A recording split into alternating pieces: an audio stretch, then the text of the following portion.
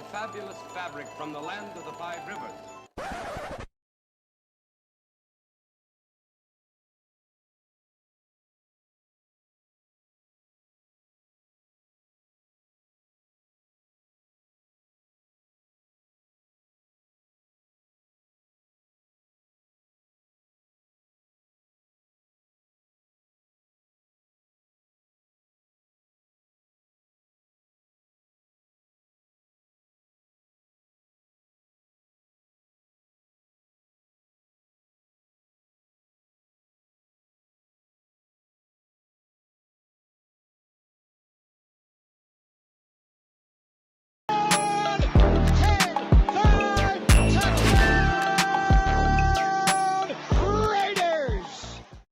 Years ago, when we came to Los Angeles, I really believed that the greatness of the Raiders would be in its future.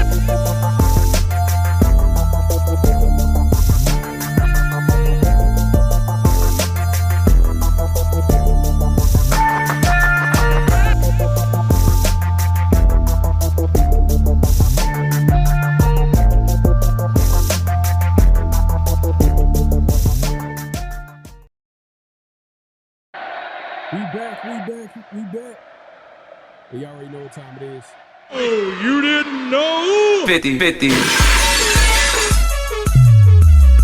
Welcome to the 50-50 Show with PharoahNFL and the Severe Raider, the realest show for Raider Nation. The perpetuation of the greatness of the Raiders to take a professional football team and give it a distinct characteristic that's different from all others. Make sure to clock in, like, comment, subscribe, and hit that notification bell. Raiders! Y'all already know what time it is, man. It's a 50-50 show with myself, PharoahNFL, obviously my guy, the Severe Raider, man. We got a lot to talk about. Training camp is underway. Finally, man, hey, we already know that, you know, football is a year-round sport with the offseason and free agency and the draft. It was you know, obviously there's that little kind of like little break, lull and everything after the mini camps and OTAs, and it's a little break between training camp and now. So it's like, all right, you know what, we back. It kind of went by a little fast. I don't know, for me it did. You know, maybe for some other people it might have been longer because they can't wait for the season. But I understand, I get it. But hey, we got a lot to talk about. Obviously, like I said, training camp is underway. Last week, the rookies reported the training camp on the 23rd. This week, the veterans reported today, actually. If you're watching this on a replay, the 28th. They reported on the 28th, which is today, as this show is getting recorded. But, man, so we got it. We're gonna get into it. You know, obviously, Kubiak was able to speak to the media. that opening, that intro presser to kick off training camp. He was able to talk to the media. The rumors. What are the Raiders without rumors? I mean, come on, like we're kind of used to it by now. If you know anything about the Raiders, they're always in the news for all types of reasons, good, bad, indifferent, whatever. But in this case, we'll talk about it. Is it a good thing? Is it a bad thing? Is it a I don't know if they should make.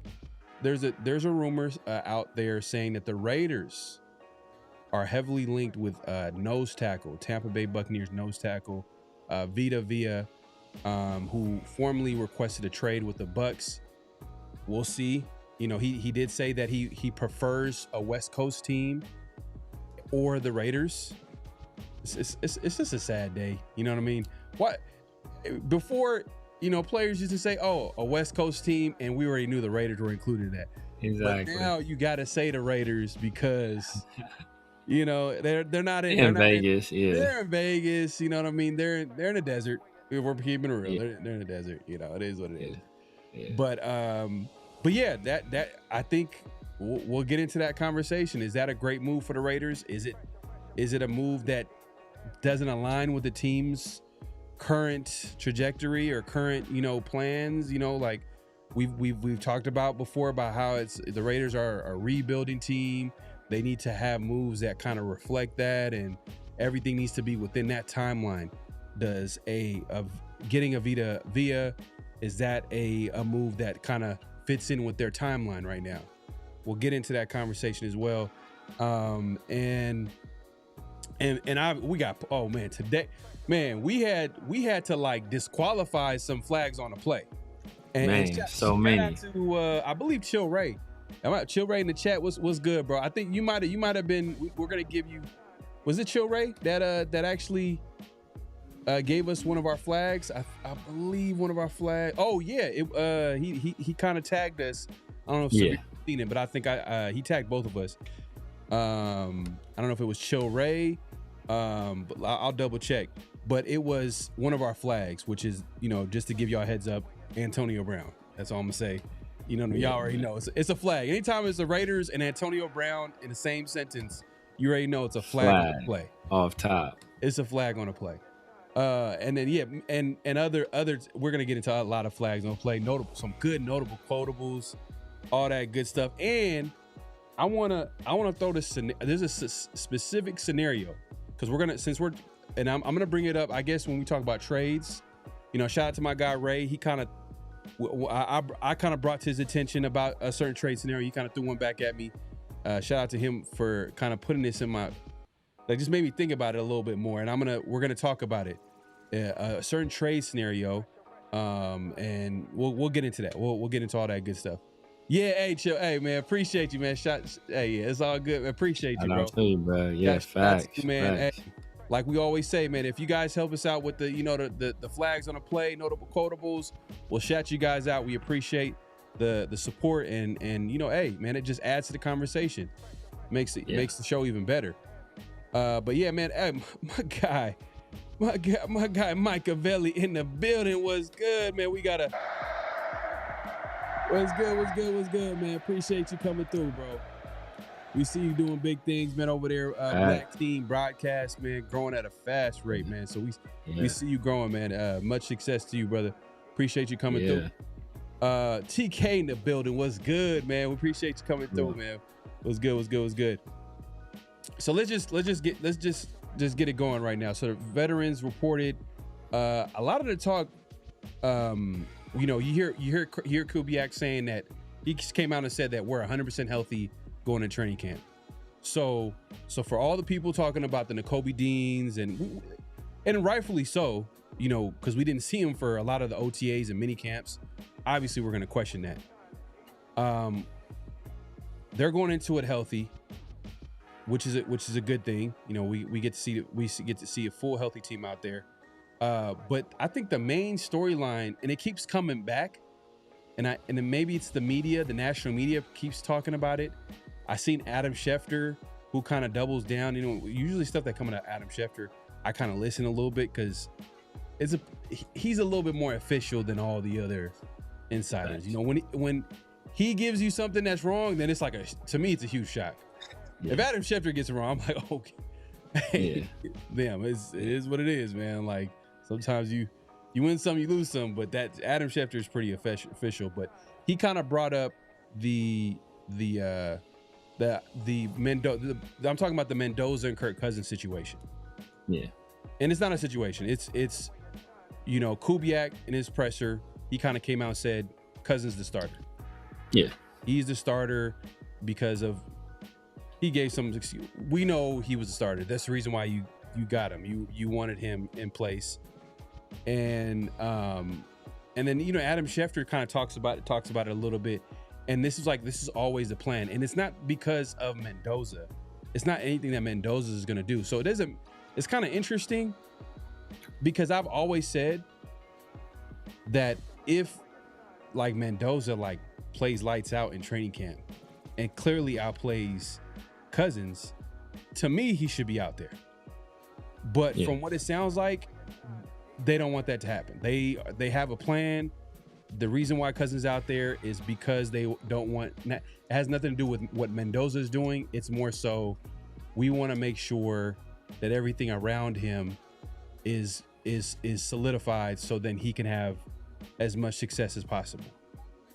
That's the route they're going. And Tom Brady's name was dropped as the big reason why, Cousins is here, not to get a bridge quarterback, not to say that, they need a starter, but it was more so like, we want to make sure that we don't give Mendoza too much pressure to come in too early or come into a situation where offensive line ain't protecting, no run game, wide receivers is, not doing what they're supposed to be doing. And, the defense and some young, growing pains that might happen in the secondary where a lot of young players are playing right now. Like, and any of the shortcomings that happen on defense, like we don't want to put too much pressure on a young quarterback. And that keeps coming back. And then I think that conversation, I guess, is being brought back because of what Kubiak is saying. And I just heard Schefter say what he said. Do you feel like that's the right move? I mean, we've talked about it before, but like now that like we kind of know for sure, it feels like we know for sure, like, okay, opening day starter is Cousins. It's official. Yeah. I mean, we kind of always, as you said, we kind of always knew this was going to be the route they were going to take. Like we heard Tom Brady say what he wants to do with the quarterback, he feels they should sit. We heard Kubiak say what he wants to do with the quarterback, he thinks they should sit. I want to say Spytek, same thing. He feels they should sit. So we hear all the most important people when it comes to this type of decision, when asked the question, they say, yeah, the guy should sit. And then, I mean, so that's part of it. But then also part of it is that, I just don't think they anticipate Mendoza being good enough to beat Cousins out right now. And I don't feel that they want him to be in a situation where he's pressing, trying to win a job instead of taking as much time to learn and grow in the position. Because when you're in the competition, and this is something we're going to talk about a little bit later, your main goal is to win the competition. So you're not necessarily focused as much on being the best player you can be or getting the most development you can get, or taking stretch assignments where you test the outer limits of your ability as a quarterback. Your thing is, I want to perform the best in front of these coaches and look the best in front of these coaches, so therefore they see me and they see the starting quarterback for this team. And I don't think they want Mendoza to be in that mindset. They want him to be in a learning, observing, absorbing mindset, and not I have to win, I have to press, I have to look better than these guys mindset. So I think, I think when you put a guy that kind of environment, I think you want him to still want to go out there and push Kirk. And, obviously you want him to be in a place where he's performing the best that he can perform, but you don't want him to be pressing, trying to beat out another guy. And you're talking about Cousins specifically? Yeah, I'm talking about Mendoza in terms of Cousins. I don't think you want Mendoza out there pressing, trying to beat out Cousins, and instead of just learning and getting as much more NFL equipped as he can in this time, as opposed to trying to win a job.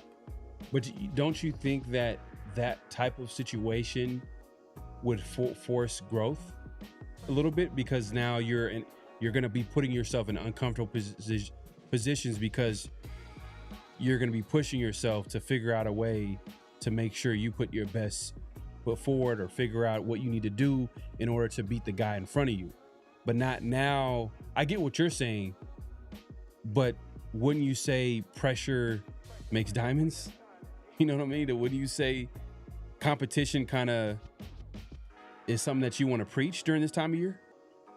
I think you want to preach a high level of execution, but you also want to preach an environment where you're expanding yourself as a player. So if you're in a competition, maybe there's a read that you see, and you see a guy, and you're like, man, maybe I can fit this ball in there. But instead of trying to fit that ball in there because it might get picked, he's like, no, what? I'm just check this down. I'm gonna take this check down. Well, in training camp and practices, that's not where you want to be at, right? You don't want to be in, oh, let me take the safe route. Let me not do this in practice. And in practice, this is the time to lab, right? This is the time to experiment and do all those things. And if you're in a competition with somebody else, then you're constantly comparing yourself to somebody else. And Kirk Cousins knows what he is as an NFL player. So he's already ahead of Mendoza in that respect.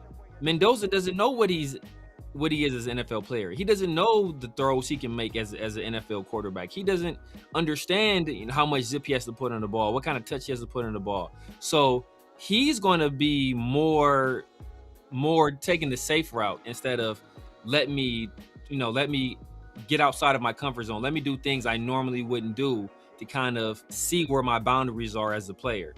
Because if you push those boundaries and you're turning the ball over or you're throwing incompletions, then that puts you behind in the competition. And so I think when you're in that competition and you're comparing yourself to somebody else, then you're going to be, okay, I need to put completions on the field, or I need to look good. I need to make it look a certain way instead of making it look a certain way, seeing what you are as a quarterback, learning, developing, and growing.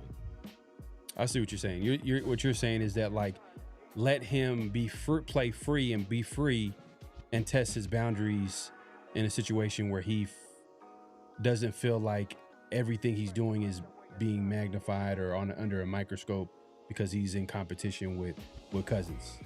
That's basically exactly when you kind of draw the line in the sand and say, like, Cousins is the starter, but we want you guys to also compete and put your best foot forward. It's like, all right, yeah, you also are saying, like, okay, yeah, like, Cousins is starter, but at the same time, like, he's the number one pick at the end of the day, so he knows where he stands with the team.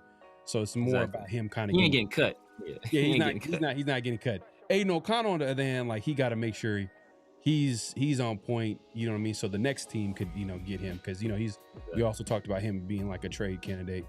But okay, all right, man. I see where you're coming from, but we'll see how it shakes out. I mean, we've seen situations where coaches come out and say this and that, but this is a very unique situation because it's just not Klint Kubiak who has a say in this whole entire quarterback situation. It's also Tom Brady, who has a little bit of input as far as why guys like Kirk Cousins in the building and what their whole view on the quarterback position. We've heard countless times, at this point, look him up. Tom Brady, when he talks about the quarterback situation, he talks about how the development is wrong, how quarterbacks are coming in, it's with, and just forced into situations. He doesn't really believe in all that. He believes in development and not forcing guys into situations where they have to figure it out. Like, he wants them to give them the best position possible to be successful, but like kind of give that player time. And now we're kind of seeing it unfold now with the Raiders. So it's kind of interesting to see it happen with the team, but we'll keep an eye on it because I know everybody's excited. They want to see, we want to see Mendoza. I'm not gonna lie. I want to see Mendoza out there. Like, if we're everybody does. We all want to see them. And even if Mendoza doesn't play well, like, we're all like, just let him kind of go through the growing pains. There's a lot of that thought process, but this is a different Raiders. This is a different team. So, and they're going to find a way to, And we've seen great quarterbacks who've come in that way with that certain line of thinking. Like probably the best quarterback in the NFL right now, Patrick Mahomes. Yeah. Alex Smith was an established journeyman quarterback, came from the 49ers, especially after he kind of turned around his career over there with Jim Harbaugh. And then he comes to the Chiefs, won few division titles, I believe, with the Chiefs. He played well under Andy Reid. They draft a quarterback. He holds this position because at the end of the day, we all know that there is a ceiling with Alex Smith. We all know there's a ceiling with Kirk Cousins. So they drafted a quarterback, and Patrick Mahomes, the rest is history after 1 year of sitting on a bench. So it might be a similar type of situation. So we'll keep an eye on that. But and then because if you listen, I mean, if you know what was going on with the Chiefs at that time, because I've listened to a lot of people that talked about what it was like, being around the team at that time, and how the coaches were looking at things. It's like one day out of the week, I don't know if it's like a Alex Smith rest day or what they were doing, like managing his throws or like that. But one day out of the week, they would let Mahomes run with the runs, but run with the ones basically. And I forgot what they had, a name for it, but it was basically a fun day, because everybody knows oh wow, we get to see Mahomes, and Mahomes was out there. He was killing back then, so they kind of knew they had something special already. So that's why at the end of the year they felt so comfortable, getting rid of or letting Alex Smith walk, because they knew they had a guy that was doing some very special things in practice. And I think the Raiders kind of want to get to that same place where, they have a placeholder in Kirk Cousins, and they're starting to see those signs that Mendoza's a guy. Like, man, you see Mendoza in the practice yesterday, man, that guy Mendoza, he's killing it out there. Okay, and then toward the end of the year, they're like, we appreciate you, Kirk. Nice knowing you. Don't let the door hit you on the way out. And I think they're trying to get to that place. Yeah, no, for sure. That's ultimately where they're trying to get to. But I can hella what's different about the team, and maybe this is me as a Raider fan, been a fan of this team for so long and been following this team and seeing every type of dysfunctional situation unfold. The one thing that I will say is that this fan base, there's something about it. Maybe it's when things go left, and maybe that's the Mark Davis owned team where he was connected too close to the GM or coach.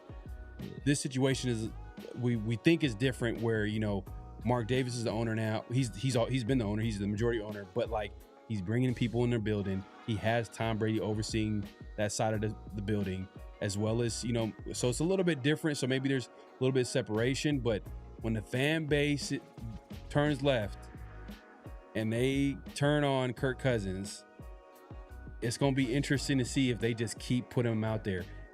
Will it turn out to be a situation like a Russell Wilson, where it's a couple of games, 2-3 games, and then boom, Jackson Dart comes in the game, same thing, Kirk Cousins, few games, boom, throwing Mendoza, especially Mendoza is playing lights out in practice and in training camp, he plays well, and obviously at the time that he plays out in preseason, which I'm sure he's probably going to get some reps, that's just going to be even more pressure on Kirk Cousins. So it's going to be interesting to see how it seems like they have a plan and they want to be patient, but this fan base is kind of, it is kind of powerful.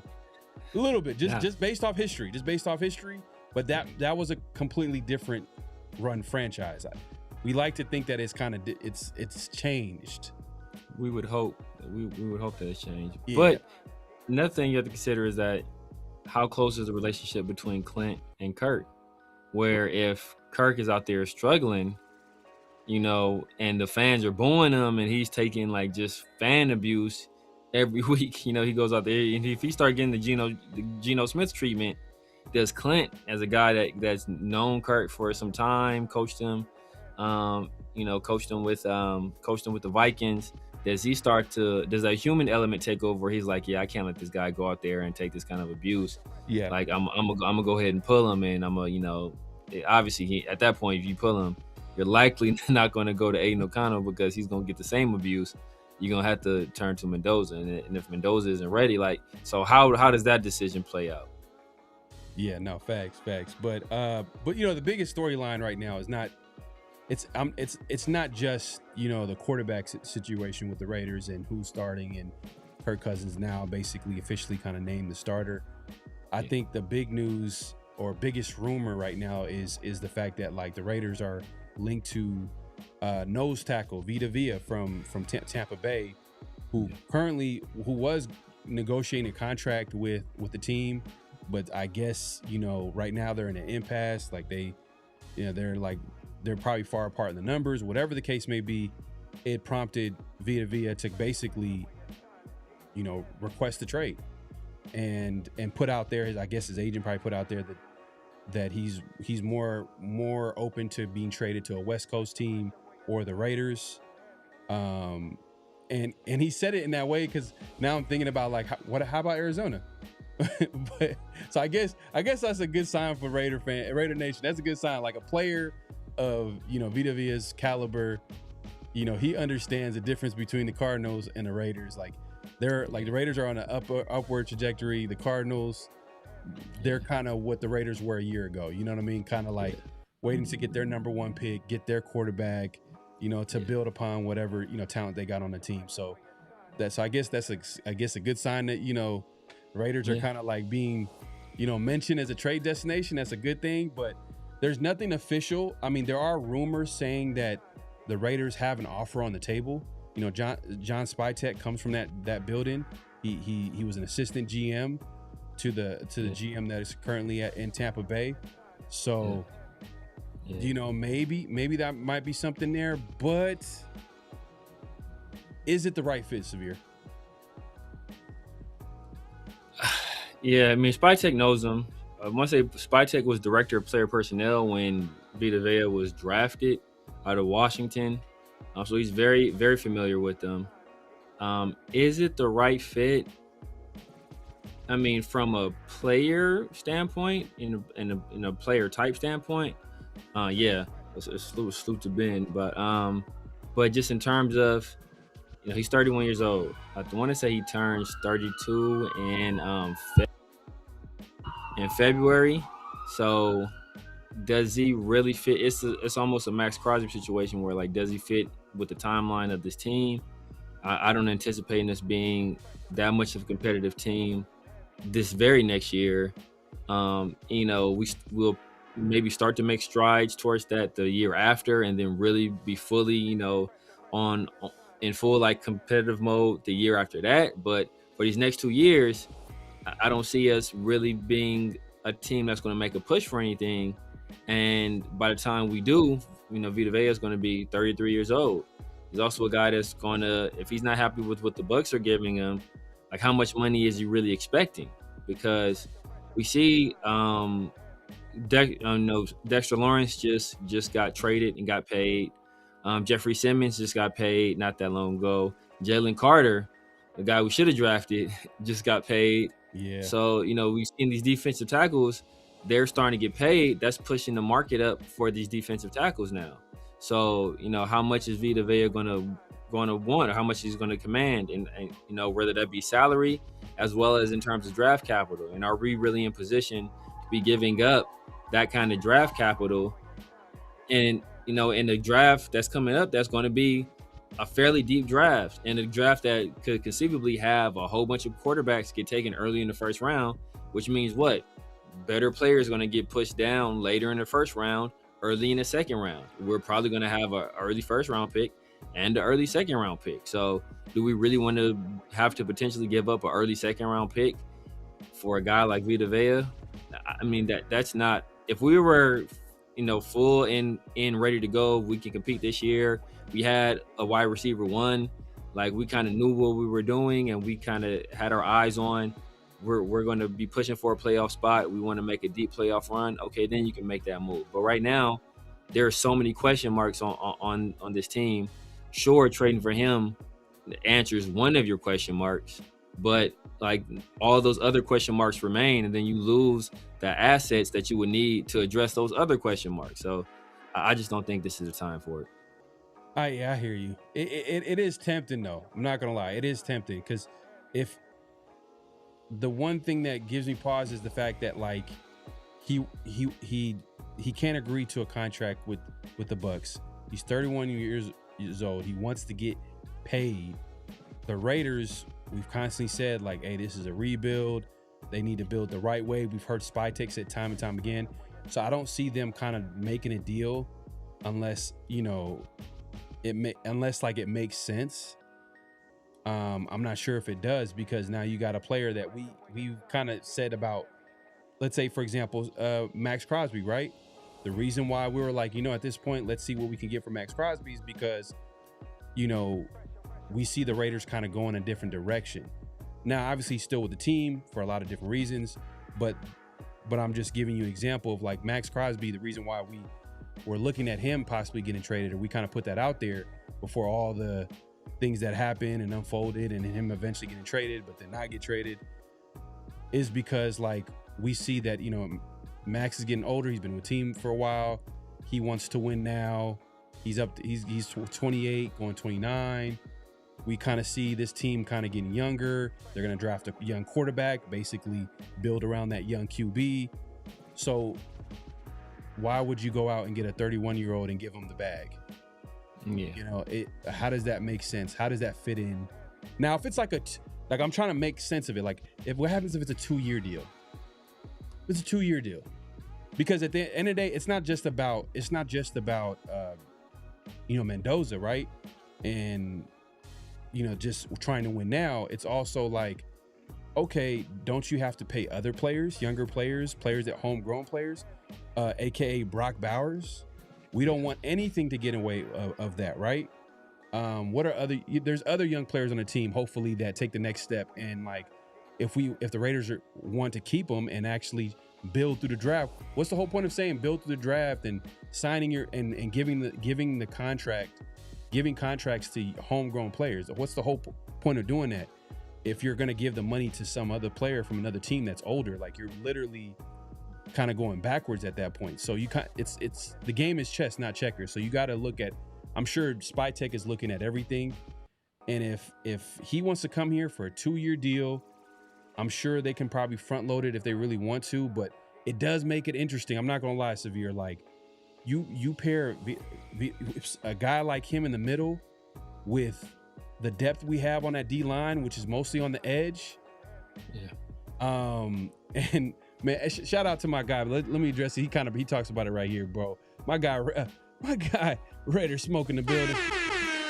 He says, my Tongan brother representing the Yay area, East Paula to be exact. What's up, fellas? Football season is on the corner. I thought you were referring to you're talking about Vita Vea. Who I was gonna talk about was the Raiders did let go Laki Tasi, yeah. And I made a joke. I'm like, bro, he don't even count against the roster, and they cut him. Exactly. You know, and then I kind of put a little cold-blooded, you know, Dave Chappelle unity. Yeah, that's all I'm saying too. Like, for them to cut him, he must not have been showing like anything, because like, yeah, he's pathway player. I tell you this right now, because we only have one other player that's eligible to be pathway player on this team. If we mess around and carry 2 kickers on this roster, bro, I'm gonna light some shit up, bro. If we carry Matt Gay and Kensei Matsuzawa, I'm gonna be hot. Look. I don't mind. Like, I had nothing against Vita Vea, but I just felt like people had high expectations. Yeah. It's similar to Dante Thornton, where people call him Calvin Johnson, this, then a third. Like, It was the same thing with Lakatasi, because people were amazed by the measurables, right? It says a lot about his physical gifts for him to stay on with the team, not taking up a roster spot, but more so like, you know, even if it was a international pathway, for them to even like consider it, just because his talent was so great in terms of like his physical measurables, the fact that he can move at his size, that they were considering, you know, keeping him on the team. But it's hard because like he's never played football ever. He played rugby. I think that was like his main sport. and then he just started playing football, and that's tough. You're going to the NFL Professional Football League, and you're trying to compete against guys that's been playing football their whole lives. Yeah, like when you're I'm sure in the NFL, like everybody's talented. Everybody has talent, and you have a rare physical ability. But I'm not gonna lie, there has to be a threshold too of like skill level too. Like, and that's why like it's not the biggest, fastest, strongest in the NFL, but like there is a threshold for skill. And that's why like Al Davis, I felt like the game passed him by a little bit because he was kind of going for of the physical attributes, but then the skill level wasn't like enough. That threshold for that skill level wasn't enough for those players to be successful. So like Laki Tassi, as much as he had the physical gifts, it's like, it's going to take time for him to actually realize, or even if he ever, I don't know if he ever realizes it. Cause like, may never, Cause how is he going to get better with experience, right? Reps. How is he going to get reps?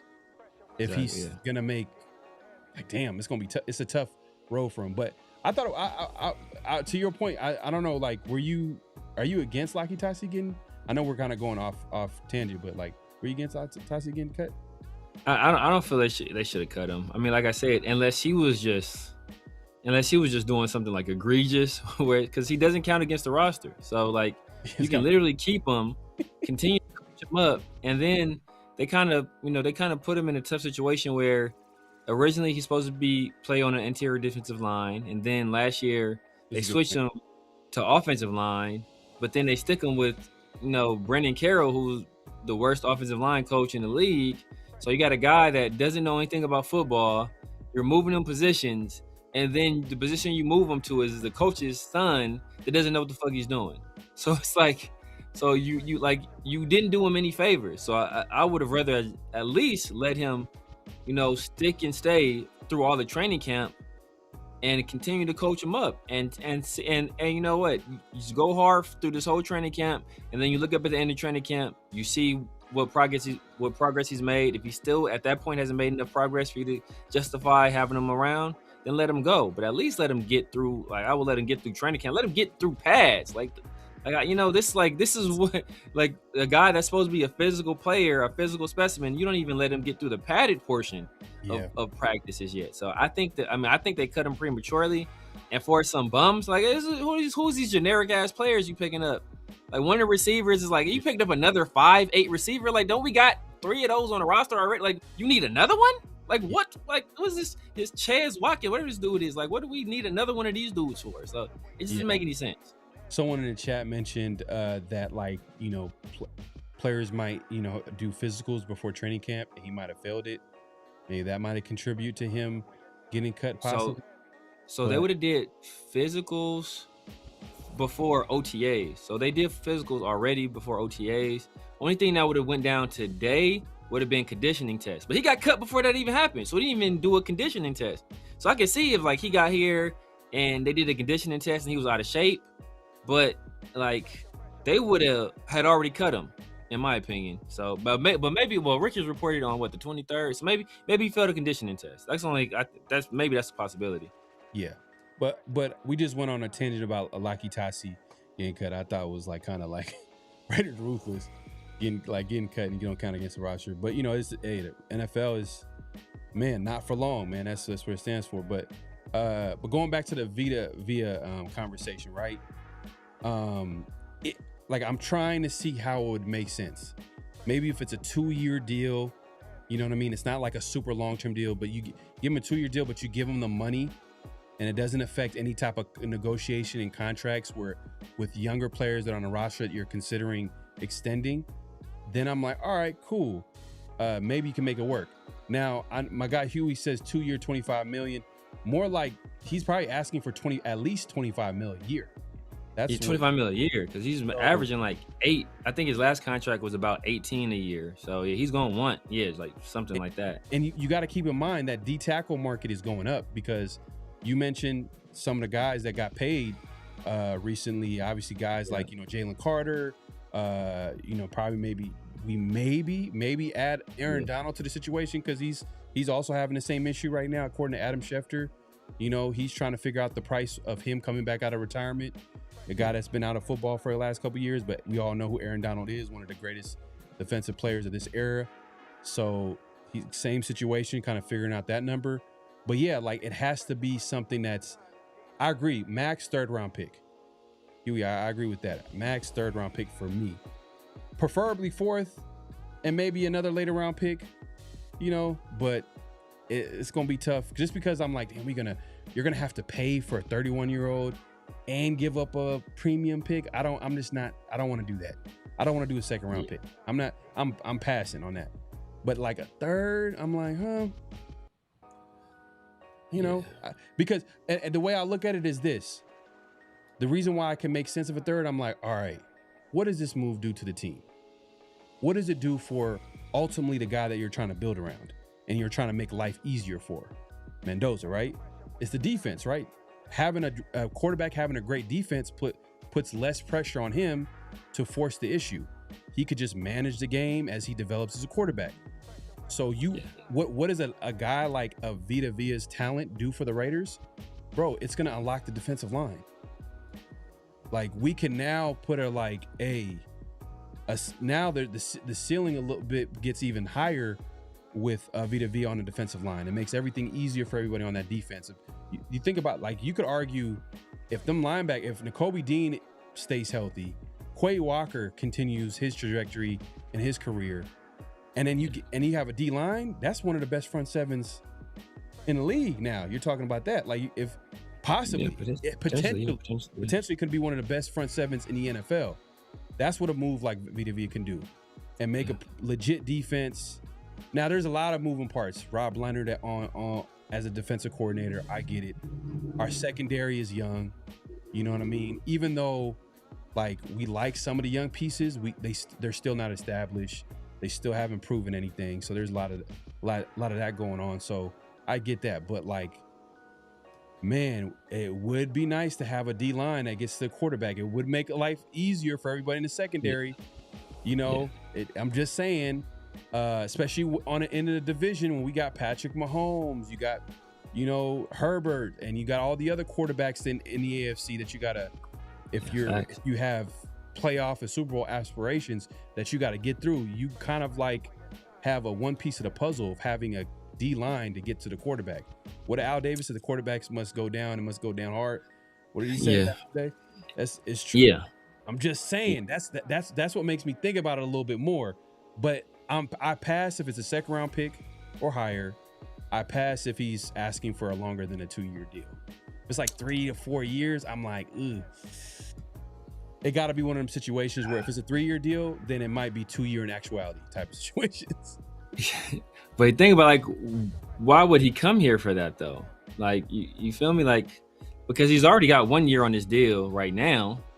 So an extra year, okay. Plus, I mean, I guess there'll be a year. Plus, you add 8, so it'll be like a year and $33 million. That okay? So that's like you can add an extra year to his deal, and you add $33 million to his bank account potentially. But you know, like what happens after that? So I'm thinking that he's gonna probably want at least a 3-year deal. You know, maybe 4 with the team option after the 3rd. He's probably gonna want something like that. He'll probably want some guaranteed money up front. So, and what does Tampa Bay want for him in the trade? You know, like are they going to be satisfied with the 3rd? But maybe, because he can kind of dictate, you know, where he goes, because I think he is in the last year of his deal. But how much are the Raiders willing to give up for a guy that's going to be 32 years old soon? He's had a history of injuries. I think he's been relatively healthy the past 3 years, I want to say. He's had like several injuries to the right side of his leg. I think he had some knee stuff going on. I want to say he had a fractured ankle super early in his career, if I'm not mistaken on that. Yeah. So he's had some injuries. You know, you get a guy that's 370 pounds, whatever he is, you know, that's got lower body injuries in the past. That's always a concern. And then he's not really a 3-down player. He's more of a 2-down player. So, you know, you paying that much, like, so then you start to look at, okay, how much are we paying per snap for a guy like this? Does he transform your team on 1st and 2nd down? Yeah. But now, you know, the thing that's changed so much about the NFL is that, you know, 3rd down is not as important as it used to be because teams are so often going for it on 4th down. So now like that's heightened the importance of 2nd down and keeping it like 2nd and long situations because now teams get to 3rd and shorts, 4th, they don't mind taking a 2 or 3 yard play to get them in 4th and manageable and then going for it on the 4th down. So like that kind of, in my opinion, that kind of dampens the value of guys that are just 2 downs because now the league is legit a 4 down league in a lot of areas rather. So, so then you got to look at that aspect of things. So, I mean, it's just a lot in my opinion. I just don't feel like he's a fantastic player. It's taking nothing away from Vita Vea. And in terms of athleticism, when he was coming out of Washington, he was a freak athlete for his size, a freak athlete. So I don't want to take anything away from him as a player, but I just don't think it's a move that we're quite ready to make yet. Yeah, I hear you. He is 31. I think he turned 31 in February this year. So he's 31 this year. So a little bit a year younger. So a year younger. Okay, yeah. So he'll be younger. But to your point though, like, man, for me, it just got to be the right deal. But realistically, let's talk about realistically because you kind of like you're segueing into it. The realistic scenario of it actually happening. I'm gonna segue into that. Realistically, is it gonna happen? Most likely not. And the reason why is his preferred destinations are the West Coast and the Raiders. So who are on the West Coast? Who are the competition for his services? You got the Chargers, you got the 49ers, and you got the Rams. So if for whatever reason the Rams right now, it's all in on 2026, all in.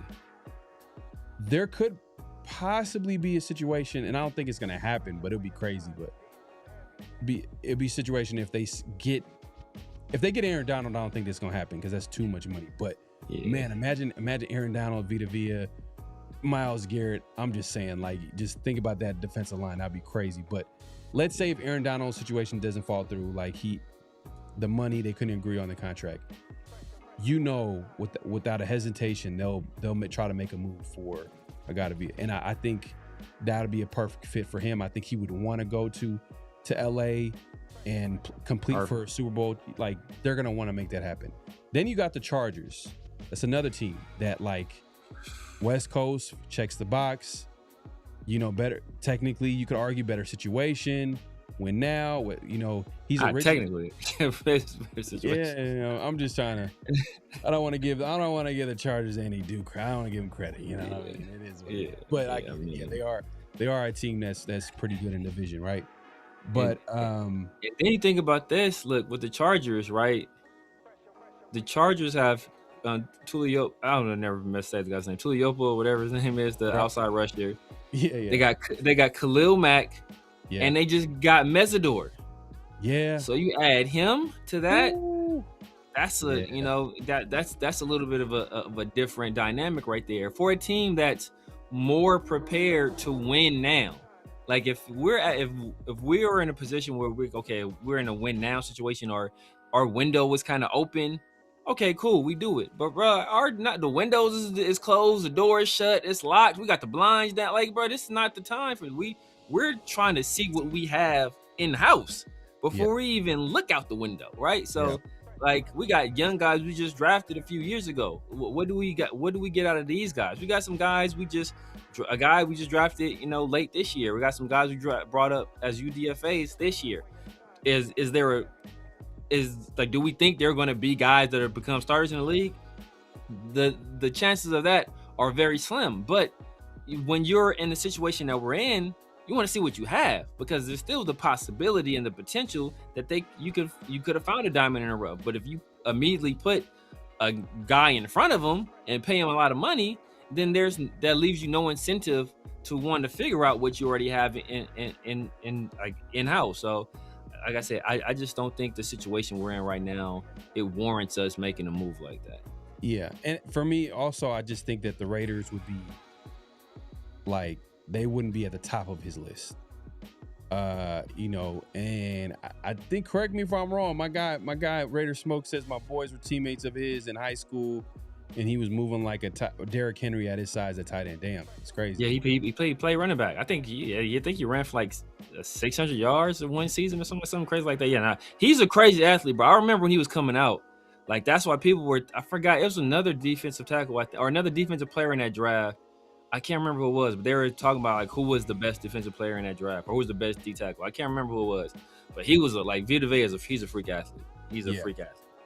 Yeah, and look, I'm trying to think of a scenario where it happened, but like I said, I feel like the Raiders would be like near the bottom of his list of trade destinations. I think the other teams would be more willing to be more aggressive too to landing him, just because of like where they're at as a team. Yeah. And I think the Raiders. So there's a lot of different things playing out here. Is the fact the Raiders, I think, have like a ceiling of what they would if they're willing to trade a second round pick.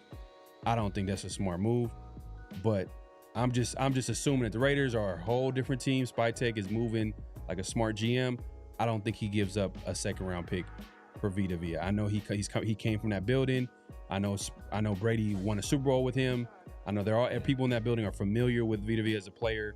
They're probably high on him, but I just don't think they give up a second round pick. Third round pick maybe is the highest I'll go, but just don't see it happen. And on top of that, if you had to rank his preferred destinations, I think the Raiders would probably be, because I think I seen somewhere where, correct me if I'm wrong, Smoke, since you're familiar with him, I think he was a 49er fan growing up.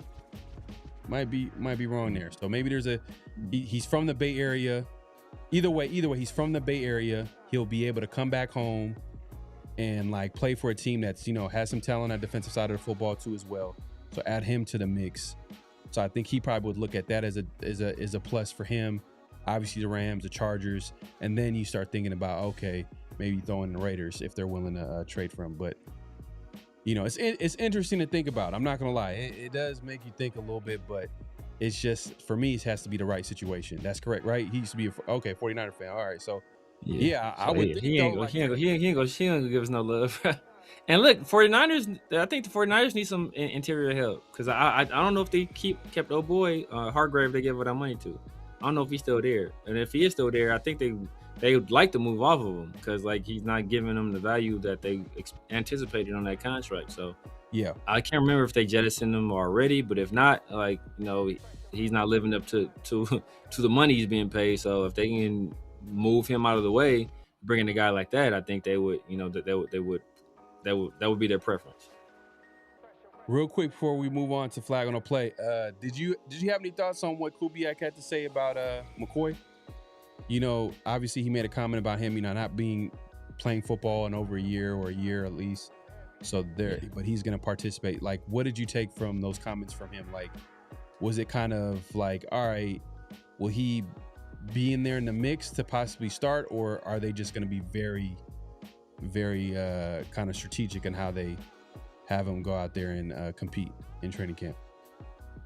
I feel like they're going to be strategic with it. I feel that's a situation where not only are they trying to, let everyone know that they're going to take a strategic approach to how they deploy him, whether that be in training camp or in preseason games or during the regular season. But I think it's also just to temper the expectations of the fan base. I know everybody sees, Jamal McCoy, hey, he's a top 10 talent in this draft, number one cornerback in this draft class, was in contention to be the top defensive player or one of the top defensive players taken in the draft, possibly CB1. I think Delane ended up being the first corner taken. I forgot what pick he went. So, and there were a lot of people that had Jamal McCoy ahead of Mansour Delane. So you see all of that, and you see we get him in the fourth round. You're like, okay, well, dang, we got a new toy. Let's put him out there. But as Kubiak was saying, he hasn't played football in a year, and he had a knee injury that, potentially could have ended his career. Could have ended his football playing career. So you want to be very, very cautious with how you deploy him, how much you put on his plate, especially when he's just now getting back to football. And the football he's getting back to is NFL level football.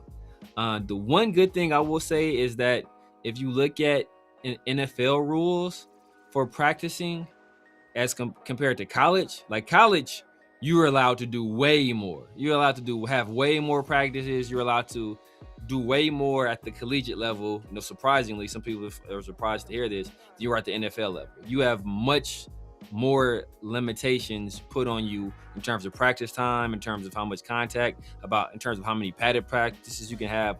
You have much more restrictions in the NFL than you do at college. So that benefits him, but at the same time, it also could kind of hurt because you want to get him back into the swing of things. So, it just remains to be seen what we're going to do with them or how we're going to use them. But I think at the end of the day, I think they're going to be as cautious as possible with him.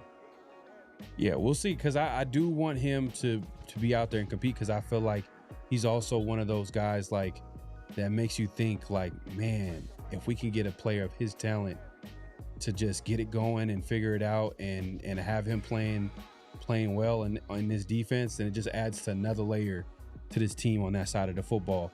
But realistically, yeah, obviously they're going to probably kind of ease him into playing at NFL speeds, playing in the NFL. I get it. But then, like, are they going to do this the entire year? That's my thing. Like what, like, I'm just trying to think, like, are they going to do this if they're going to do this the entire year, and then he's also at risk to possibly do surgery on his, let's say on his knee, right? Yeah. Wouldn't it make sense to just like kind of get it over with and like, you get what I'm trying to say? Like, or is there a possibility where he doesn't have to have that procedure and they just are just going to ease him into playing in spots the entire year? That's the one thing that I have a question, and we don't really know like 100% like what the Raiders are actually kind of like, what the conversation are happening behind the scenes. Because the conversations of why he dropped all the way low is because there was a possibility that he has to do more, another procedure on his knee, which could possibly end his career or it could prolong it. It's just a risk. Yeah. Like, it's interesting to see how the Raiders are going about it. Like, are they going to let him then? So, because what's the point if they ease him back into football this whole year, just play him in spots, and then he's going to need surgery next offseason? Yeah. And then he misses entire year. Like, that's my thing. Is like, when you just want to get it out the way, or yeah. I think the thing is, I think there's a possibility. I think there's a strong possibility that he doesn't need the surgery. And I think, like, if he ends up needing the surgery, that's where you heard about all the percentages. I can't remember exactly what the percentage was, but it's like something like 30% chance or something like that he doesn't, or he never plays again if he ends up needing that surgery. So that's why I think if he doesn't have to have the surgery, then they won't do it, because him having the surgery, that heightens the chance that he's never the same or he's never able to play again. So they wanted to avoid it at all costs. So if they can kind of ease him back into things and, kind of build the strength back in that knee, and he doesn't need that surgery, then that is the best possible scenario for the team. Because if he ends up needing it, then that's when you get into that territory of, this is why he dropped to the 4th round, because he may never play again.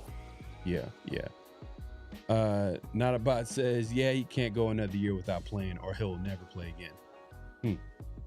Yeah, it's like 2 years removed from playing football. It's just like, it's a very competitive game, man. Even the talented players, like once they kind of miss like some time, like look at guys like we see it all the time, like especially in NFL. Like, it's just when you miss a prolonged amount of time, like it does take away from you. Like it's almost like you're playing behind. Like you're just playing behind.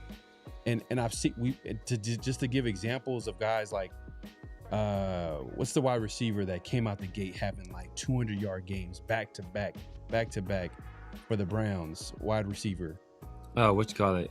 Josh Gordon. And he kept getting suspended and he kept missing a year, and then it just eventually he kind of like phased out. But like, man, for him to imagine if he just kept playing and just do you think it would have played out differently if he didn't get suspended and was able to keep playing?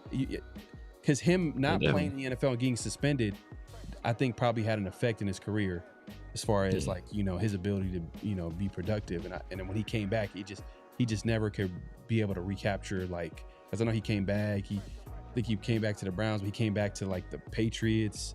Didn't really do too much, and it just he just fell off after that. But I'm trying to think of another players. Deshaun Watson, on for a few.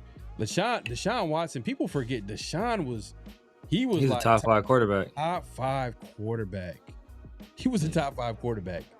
He was a top 5 quarterback, but off-field stuff, him not playing for a prolonged amount of time, boom, the rest is history. So I agree with you. Like I feel like the more a player doesn't play, that the longer it really just hurts him and his chance of having success. He can't go 2 years and make it back. That's too long. Play him as a rotational this year and reevaluate. And he wasn't injured. Okay. All right. I mean, he's still playing. I mean, because Josh Gordon was just completely away from the game. So it'll be a different situation with Jeremiah, because he'll still be around the game. He'll still be getting practice reps, probably still getting scout team stuff. Whether they play him in actual regular season games, I think that all depends on how the knee responds to this early little portions of training camp, like the little spots they throw him out there, the different drills and stuff they put him in, they expose him to. How does the knee respond? I'm sure they have the training staff on it, monitoring all of that stuff 24/7 to kind of see if there's any adverse effects. And if there's not, then, I think they bit by bit start, spoon feeding him a little more until he's either a full go, or until, there's something in the knee that says, hey, you know what, we need to pull back a little bit. Maybe we start the process all the way over, or start it midway over, and kind of continue to build back up until he can be a full go. Or, maybe a situation where he's never a full go. Obviously, that's the worst case scenario. And from all the signs, even listening when we first drafted him here, and all the doctors talk about it, like, there's a very good chance that he's able to play again. But there's also the chance remained that he would never play, and I think that's what scared a lot of teams off from investing higher draft capital in him. Yeah. We'll keep an eye on it. We'll see what happens. But real quick, I think we had this conversation, or I brought this up to you before. But who is your opening day starter opposite of Stokes?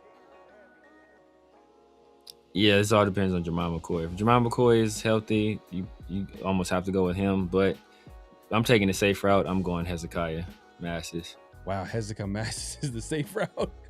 Yeah, Hezekiah Masses. Yeah. It's a safe route, man. That's a safe route.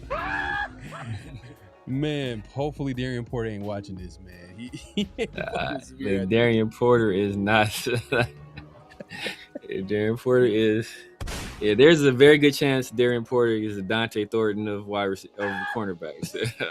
Oh man, that's wild, man. That is wow. I'm not out on Darian Porter. I'm gonna give him a chance. I'm not out on him. But But he's not Dante Thornton. He's not Dante. He's not Dante. Well, we can't. I have more faith in him becoming a good NFL player than I do in Dante Thornton becoming a good. Because we've seen in spots, we've seen him like hold his own. In comparison to Dante Thornton. Yeah, in comparison to Dante Thornton. That's why I said I have more faith in him being a good NFL player than doing Dante Thornton. But you think about it's like Darren Porter like 26 years old, bro. It's like they were like 26 years old, bro. He played a year cornerback. Like, she gonna all of a sudden transform into like I don't see that happening. Can he be like an NFL caliber player? Sure. But like, do I expect him? Do I expect him to turn into like a starting NFL corner? That's not my expectation. So if McCoy is healthy and ready to go, he's a starter on opposite Stokes. If not, you got Masses. Yeah. And depending on what approach they want to take, even if he's healthy and ready to go, if they want to be like, we don't want to throw too much of Jamad too early, then they start off with Hezekiah. And if, throughout the year, they start to see positive signs from McCoy, I can see him eventually taking over that spot. But I think, right now, and just from what they've done in camp, what I saw from Hezekiah in college as well, like I like him as a player, as a prospect. I think he's a damn good corner, and I think he has like the requisite skill set to have success in the NFL. Darian Porter and Hezekiah Mize is a definition of system fits. and Darian Porter was drafted for, Pete Carroll defense. Yeah. I mean, why are we drafting players for like a 70-year-old man? You know what I mean? Like that's a whole different conversation. But then if you think about it, like Hezekiah Massis, I think he fits in with this kind of like probably zone heavy scheme that they're probably going to run. Yeah. And then they're going to probably put pretty a heavy emphasis on like try to attack the ball, force some turnovers. Yeah. Massis probably give you a little bit more upside in that regard. So it might be a situation where Massis might fit the system better than Porter. That's probably what it is. I think Porter can fit. Having the instincts at the position, because he played wide. So one thing about Porter is that he played wide receiver for such a long time, so he's going to have good ball skills. But it's having the instincts, like how to bait quarterbacks, how to sit in how to read the quarterback's eyes, like how to all that stuff. That's like there's nuances to that position that he never needed to know before, and it's hard to learn all that stuff in just a year and some change. What am I guys supposed to say? He said, "I hope Porter's not watching this." Repeating what I said, but because I'm just saying, bro. Look. Well, that's gonna be interesting competition, though. I'm not gonna lie. Porter, Massis, and McCoy. Obviously, McCoy could be like the upside is crazy with McCoy. Young guy like him with his type of talent, but it's just a matter of like, all right, how much is he gonna play early on? We've talked about it all offseason. Like, is he gonna play a lot this season? Are they gonna play him in spots? But if they feel confident enough for him to be the opening day one starter, that's a really good sign on his on how they feel about his health and so on and so forth. But zone heavy ruins McCoy's talent. Yeah, I mean, you don't allow him to be a man. I mean, but you can still, like, we say zone heavy, but anybody that's played football, and I'm sure not about it, probably has at some point. At some point, zone becomes man. At some point, zone becomes man. So at some point, you're going to be sticking a guy one-on-one. But what's crazy is that the corner that would have fit this scheme perfectly would have been like a perfect fit for this scheme. Will Johnson would have been when I say perfect fit for this scheme, bro, he would have fit this scheme perfectly. Like he's a guy that could play man, but like he did some of his best work in zone. He was a guy that was adept at taking the ball away. Not only did he take the ball away, but he's putting points on the board. Like he's a guy that would have been perfect for this scheme. And we got an opportunity to take him in the second round. And what we do? We traded back, and then somebody got him. And then the Cardinals took him in front of us, and then we traded back again and took a tight end. I mean, Raiders are this version of the Raiders, meaning with Spytek and company in his building. They're pretty conservative when they get to the second round. Like it's kind of obvious. Like they're going for guys that they feel like, okay, at the very least you could do this. At the very least you can do this. You know what I mean? Yeah. Or they're not gonna.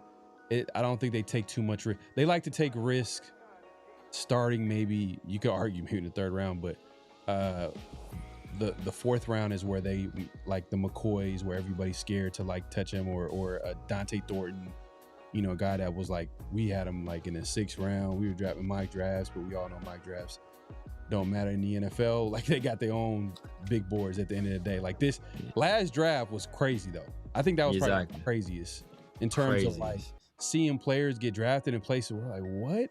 Blocking tight ends are getting drafted in the second round, like third round. Did the tight end from Stanford even sign his deal? I think he was one of the dudes that was holding out. oh, Roush? I don't know. I've ever since our dude people sign, I ain't give a damn about nobody sign. I'm cool. Yeah. But Trent, like we said, training camp is underway. We obviously will be here to talk about it as soon as we get news of like what happens in training camp, the updates. So shout out to the beat writers that are there on the ground, kind of letting us know exactly what's going on. And well, obviously anything that we hear from the camp, we'll be here to talk about it, and we'll continue the conversation. But it's that time. You already know what time it is. Personal foul. 69, offense. He was giving them the business. Flag on the play. And this week, man, we got some good ones, man. I'm not gonna lie. Like, and a couple of them are Raider related, which is, I don't know, it's not a good thing. But it also kind of it connects back to the team. So we keep it Raiders over here. So we try our best to keep it within the Raiders. But obviously, if it's something that we have a problem with, we're gonna talk about it. And we got some honorable mentions too, as well. Yeah. But we couldn't include everything. But shout out to my guy, Chill Ray, who tagged us and was able to let us know about this flag on a play severe. If you want to get an intro to this one. Yeah, man, Antonio Brown has foot and mouth syndrome, and he continues to say stuff that's just ridiculous. It's like provably false. He's making provably false statements on a consistent basis, man. So he was talking about his time with the Raiders and that, he was willing to sacrifice $30 million, even though he loved Mark Davis and he loved the Raiders. He was willing to sacrifice that $30 million so we can go play with Tom Brady, because he had enough money. Apparently, he had enough money. Yeah, man, hold on. Yeah, so, and I think he's made this statement before, and we'll listen to what he has to say, because what he's saying now, this is revisionist history, and that's what people often try to do, is they try to put a spin on things that's happened in the past, because the people don't, as distance separates an event and the present, the details start to get foggy and people forget the things that actually happened in those situations. So then you can come, and if you speak with enough authority and you put a nice spin on it and you say something with confidence, people will believe what you're saying. And that's essentially what Antonio Brown is doing now, because his actions at the time and then his actions subsequently after his release, and then some of the years following the release, they tell a different story than what he's saying right now. So let me know if you hear the audio. If not, we'll play just the audio itself. But I'm gonna go ahead and play a clip from his podcast, or I think on somebody's podcast. So I go to Oakland, man. I get a big deal. Mark Davis. I love Mark Davis. I love John Gruden. Y'all hear it? Yeah. Passionate. We got the best offense, whatever. But in my mind, as a player, you just thinking like, yo, I want to be a champion. I done really done everything from making the money. I done really had like $80 million in contracts just with the Steelers. Mm-hmm. So to me, it's like, it's time to be a winner now. I already got 40 in the tuck. I just want to do something legendary, like just be a champion. So I call Mark Davis, as a smart man I am, because, I'm a good guy. I could have just said, yo, my back hurt, and just got the $30 million. We played Denver on Monday night, the contract guaranteed. Once you play the first game as a vet, I could have got the 30 to 15 million. I said, no, I'm going to do what's right. Mark Davis went out a limo, stood up on the limb for me when I was walking off from Steelers, and I told him I need 30 million guaranteed right here in my living room, and he did it. So as an honorable man, I told him, like, yo, I don't want to be a Raider. Save him his money. And I got a chance to play with Tom Brady at the Patriots. But they weren't hearing that, though. They weren't just going to let you go, though. No, he did. He let me go right away. They just let you go? Of course. It saved him money. If I get on roster the first opening day of the game, he owed me $30 million. That's crazy. Yeah, that's definitely crazy, man. Like, because no one definitely crazy. No one believes you. No one believes that. Like, come on, bro. Flag on the play. Like, no one believes that story. He probably came up with that after the fact to just make it all nice, and he can sit down in podcasts and have like a civil conversation and make it seem like he's a stand-up guy. But if you're a stand-up guy, why would you even want to be traded to the Raiders?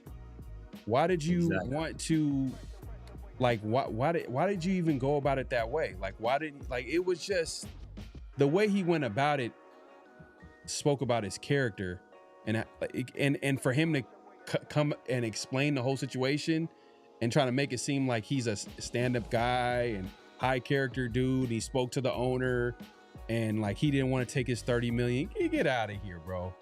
Come on, bro. Like what? Since when do players like really say no to 30 million? I don't think anybody's gonna be saying no to 30 million. Like he just made a terrible mistake. And in the midst of him thinking that he was outsmarting the Raiders, and how basically he wanted to get out of Pittsburgh. He really wanted to go to the Patriots. That didn't happen. Got to the Raiders. He tried to make it seem like, you know, he was all in on that team, but he really wasn't. He did everything he can to get out of that team, but he miscalculated a little bit because he lost out on 30 million. So I think he's just trying to control the narrative and get ahead of it as far as, you know, damage control, because they're going to bring this up to him all the time. Like, man, you meant 30 million. Like, can you explain that whole situation? I don't know how the question was originally asked, but we just heard him speak about it in his podcast. But man, I'm not believing none of this. This is, bro, flag on a play on Antonio Brown. Yeah. One of the worst situation, I would say, as a Raider fan that I've seen from a dysfunctional part. Like, it was so crazy. Everything that was just happening, like from him freezing his foot, from the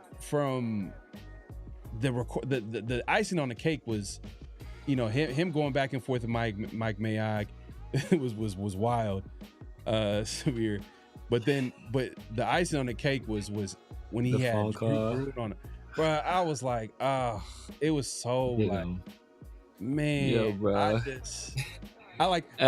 You could tell that John Gruden, man, like he was like, please, like he was begging him. He was like, bro.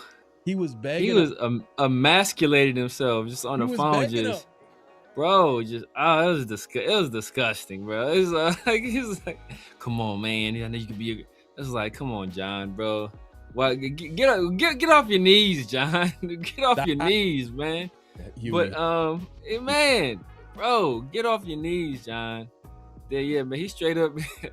but the thing that first of all, you know, he lying because it's like it just takes it out. Like, I'm not even gonna get into the like nail in the coffin why I know he's lying. I'm just gonna get into like his critical thinking of all the stuff he did to try to force his release. Right. At first, it was he came in the hot air balloon, which is antic stuff, but then he froze his feet. Right. And then it was the helmet issue. People always forget about that. Remember, he didn't want to play because of the helmet, and the league had banned his helmet, and he wasn't going to play without his helmet. So it was that whole issue. And then obviously it was the Mike Mayock stuff, and then it was the John Gruden phone call. Then he finally got his release. But then, while you know he's lying, because I don't remember exactly what he did. I want to say he I don't remember if he sued or if he filed a grievance with the Players Association to get his money. So he was like, oh man, I didn't care about the money. I gave the money up. He filed a grievance trying to get the money that he said the Raiders owed him, and he ended up losing. So he wanted the money. That's how you know he's lying, because if he didn't want the money, if it wasn't about the money, he would have never came back after the fact, after he got released, after he went to the Patriots, forced his way off of that team, and then went to the Bucs and won the Super Bowl with Tom Brady. He tried to get the 30 million. Like, bro, you're so clearly it was about the money. So, like, bro, you can't rewrite history, man. Like, it's it's all in black and white. The internet is a thing. It's you know, like nothing ever leaves the internet. Anybody can look it up and see he tried to recoup the money that was owed to him, and he ended up losing the grievance. Yeah, it's insane, man. I can never, like, I was actually surprised to see this clip. I don't know why I was surprised, because it was like, because, you know, Antonio Brown's personality has always been like, I don't care. I'll do what I want. I'll say what I want. So for him to come out and say this, made me think about it a little bit. I actually thought about it. I was like, man, like, did he really like go back? But then I was just thinking about like, how did you, like, how would I even believe this when you did everything that prior to this to embarrass the Raiders? Like, he did not care. Like, and you know, shout out to Chill Ray. He mentioned some of the things, like, you know, about the helmets and the freezing his feet. The helmet situation was crazy. Yeah, the helmet. Like he was not going to play because of his helmet not being available. Exactly. And it was just one thing after another. And obviously eventually he gets cut and he loses out on 30 million, but he gets his wish, becomes a free agent, which guess what? He goes to a team that the Pittsburgh Steelers weren't willing to trade with, the Patriots, goes with his boy Tom Brady. But guess what? That situation was short-lived. He ended up getting cut because some situation happened.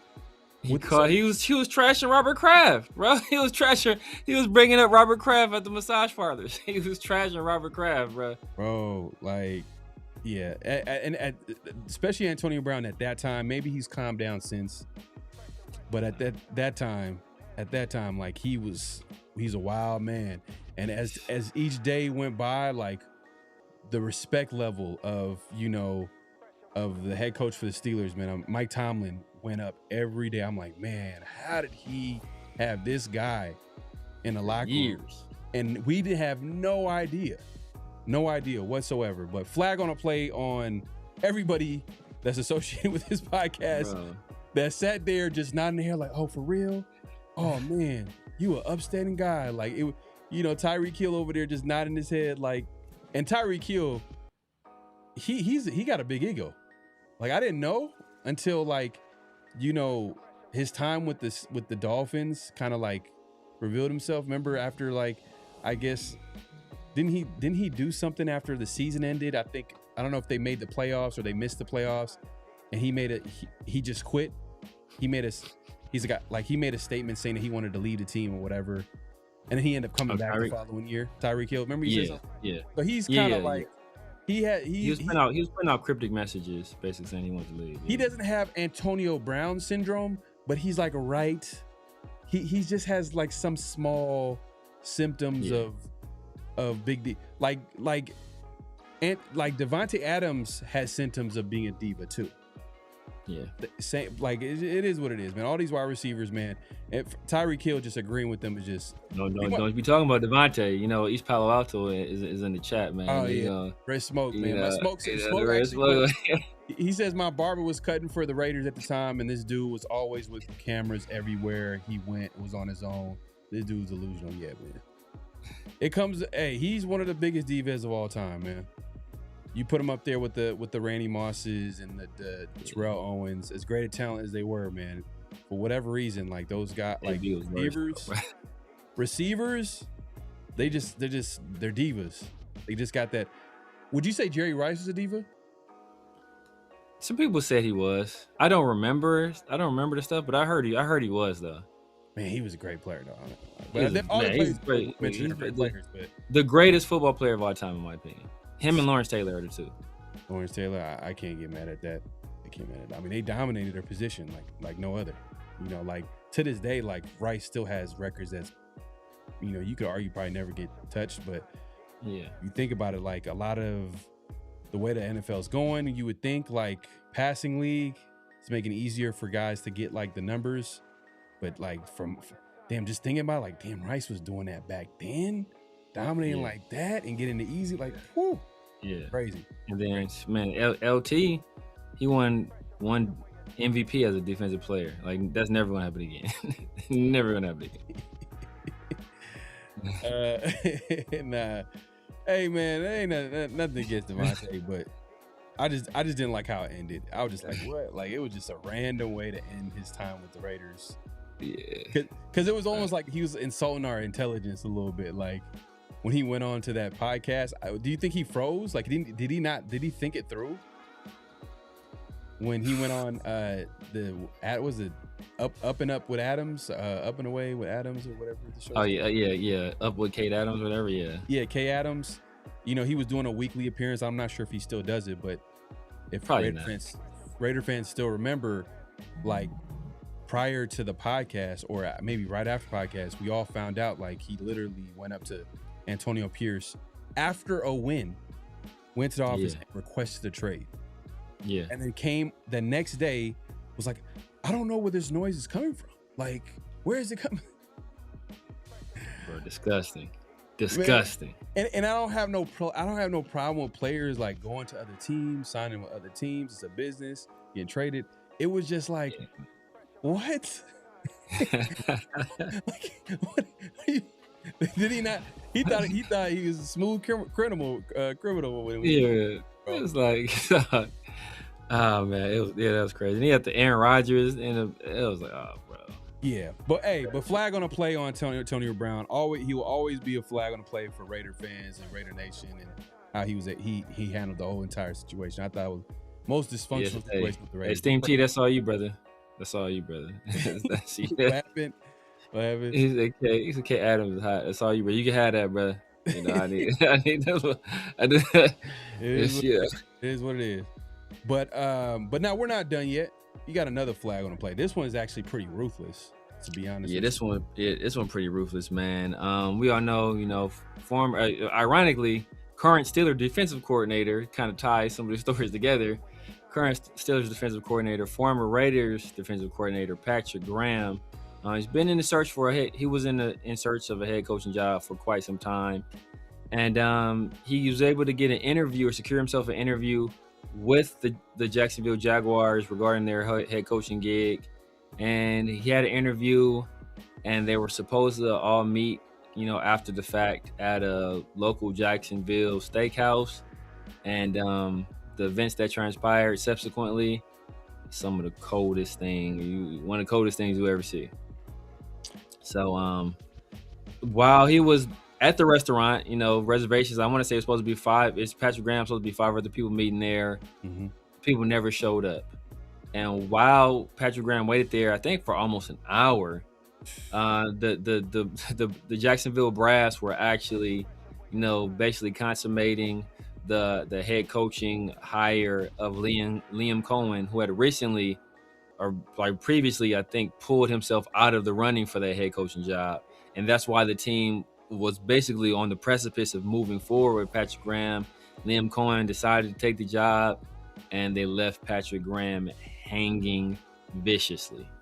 Yeah, that's crazy. They literally invited him to dinner at a Jacksonville steakhouse, and it was supposed to be a whole sit down with the owner and executives, and the whole every top person with the team Jaguars, and he was literally sitting there like he was stood up for 5 hours, or was it 5 hours? I believe it was. No, I don't know if it's 5 hours. 5 hours crazy. It was like hours. It'd be crazy for Patrick Graham. Yeah, you telling AB stories, man. He was waiting for 5 hours. That'd be sad. That'd be kind of sad. That is kind of sad. That'd be sad on Patrick, bro. If he wait for 5 hours, that's on. Like, what is the Jaguars at fault? Yeah, but Patrick, if you sitting there waiting for 5 hours, bro, I got no respect for you. It was 30 minutes. 30 minutes. They let him wait 30 minutes alone, and as time went on, like basically what they were doing at the same time while he was waiting was we're basically meeting with Liam Cohen and finalizing a deal for head coach, which is, NFL, man, ruthless. It's ruthless, man. Flag on a play on the Jaguars and how they handled the situation. I'm not sure if this is the norm with the NFL. I mean, it is a tough business. I'm sure, coaches are interviewing and trying to get it. There's only 32 jobs at the end of the day, so it's a tough situation for him to be in that. Like I don't remember in recent history hearing like a coach being just stood up like that. They stood up like 30 minutes while the other team is negotiating. Like the way they handled it was kind of crazy. I don't know if that's the norm. If it is, damn, that's flag on a play on the NFL and how they handle coaching hires and stuff like that. But yeah, and I think this story, I think how the story came to light is I think this is being referenced in the lawsuit that Brian Flores has against the league, I believe. So, and just regarding the Rooney Rule. So, apparently it's not a common practice because he's in a lawsuit for a reason. If he stayed there for 5 hours, it wouldn't be flag on playing the Jaguars. It'd been flag. It'd be on him. 5 hours. Oh, dog. What are you doing? Sure. Hey, bro, what are you doing with your life? What are you like? What's going on in your mentals, bro? To stay somewhere for 5 hours, have some respect for yourself and leave. Yeah, bro. But 30 minutes is disgusting. That's wild, man. Definitely cold. Because the people at the restaurant be like, he's still here. He's like, wait, not for real. What is he? Not for real. Do you think people at the restaurant would have any idea? Like, I feel like we're tapped in. Everybody that's watching that's tapped in. But if you go into like, you know, civilian places, you know what I mean? Yeah, Like, exactly. people who don't watch the NFL or pay attention to, because there's certain people that we can point out just because we're familiar with the game, the sport, like, and the same goes for like anything that we're not familiar with. Like, you're like, oh, this singer here, whatever the case may be. You know what I mean? You're not going to be aware of every artist out there, right? So I wonder if they're able to recognize coaches like that. I don't know if anybody would recognize that. I don't know, because he's a defensive coordinator for like a obscure ass team on the East Coast. Like, nobody give a damn about the Raiders in Jacksonville, bro. So they probably don't know who he is. But I don't know if the Jacksonville, like, if they used that restaurant, used it in the past. So maybe he said, hey, you know what? My name is Patrick Graham. I'm here to meet with such and such and such, and they sat him down at a table that was reserved. Maybe at that point, even then though, after a certain amount of time, they're like, oh, look, it's still here. Like, what's going? I'm telling you, bro. It's not even just Patrick Graham. It's like, I don't think people would recognize Andy Reid. I think they recognize Andy Reid. They recognize Andy Reid because, like, he's in the Allstate commercials. I think they recognize Andy Reid. But like, if it was, and like John Gruden was in commercials, everybody that's watching us would recognize him. But like, the average person that it's too much to ask, bro. Because I'm just saying. I think Andy Reid is different because he's such a unique looking person. Like, it's hard. Andy Reid, I think. Kyle Shanahan. But no, absolutely not. Absolutely not. Absolutely, they wouldn't know Kyle Shanahan. Like, cause bro, like, I've seen Jim Harbaugh like a few times in person at different events, and you would never think like he's like the only reason I recognize him because he had on the Chargers hat. He's like some regular ass white guy. Like, who's this old ass white dude over here? Oh, it's Jim, it's the Chargers hat and the khakis. Harbaugh. But like, if I was just some normal person, I'm like, who's this old white dude? Like, bro, like, it's just he looks hella regular.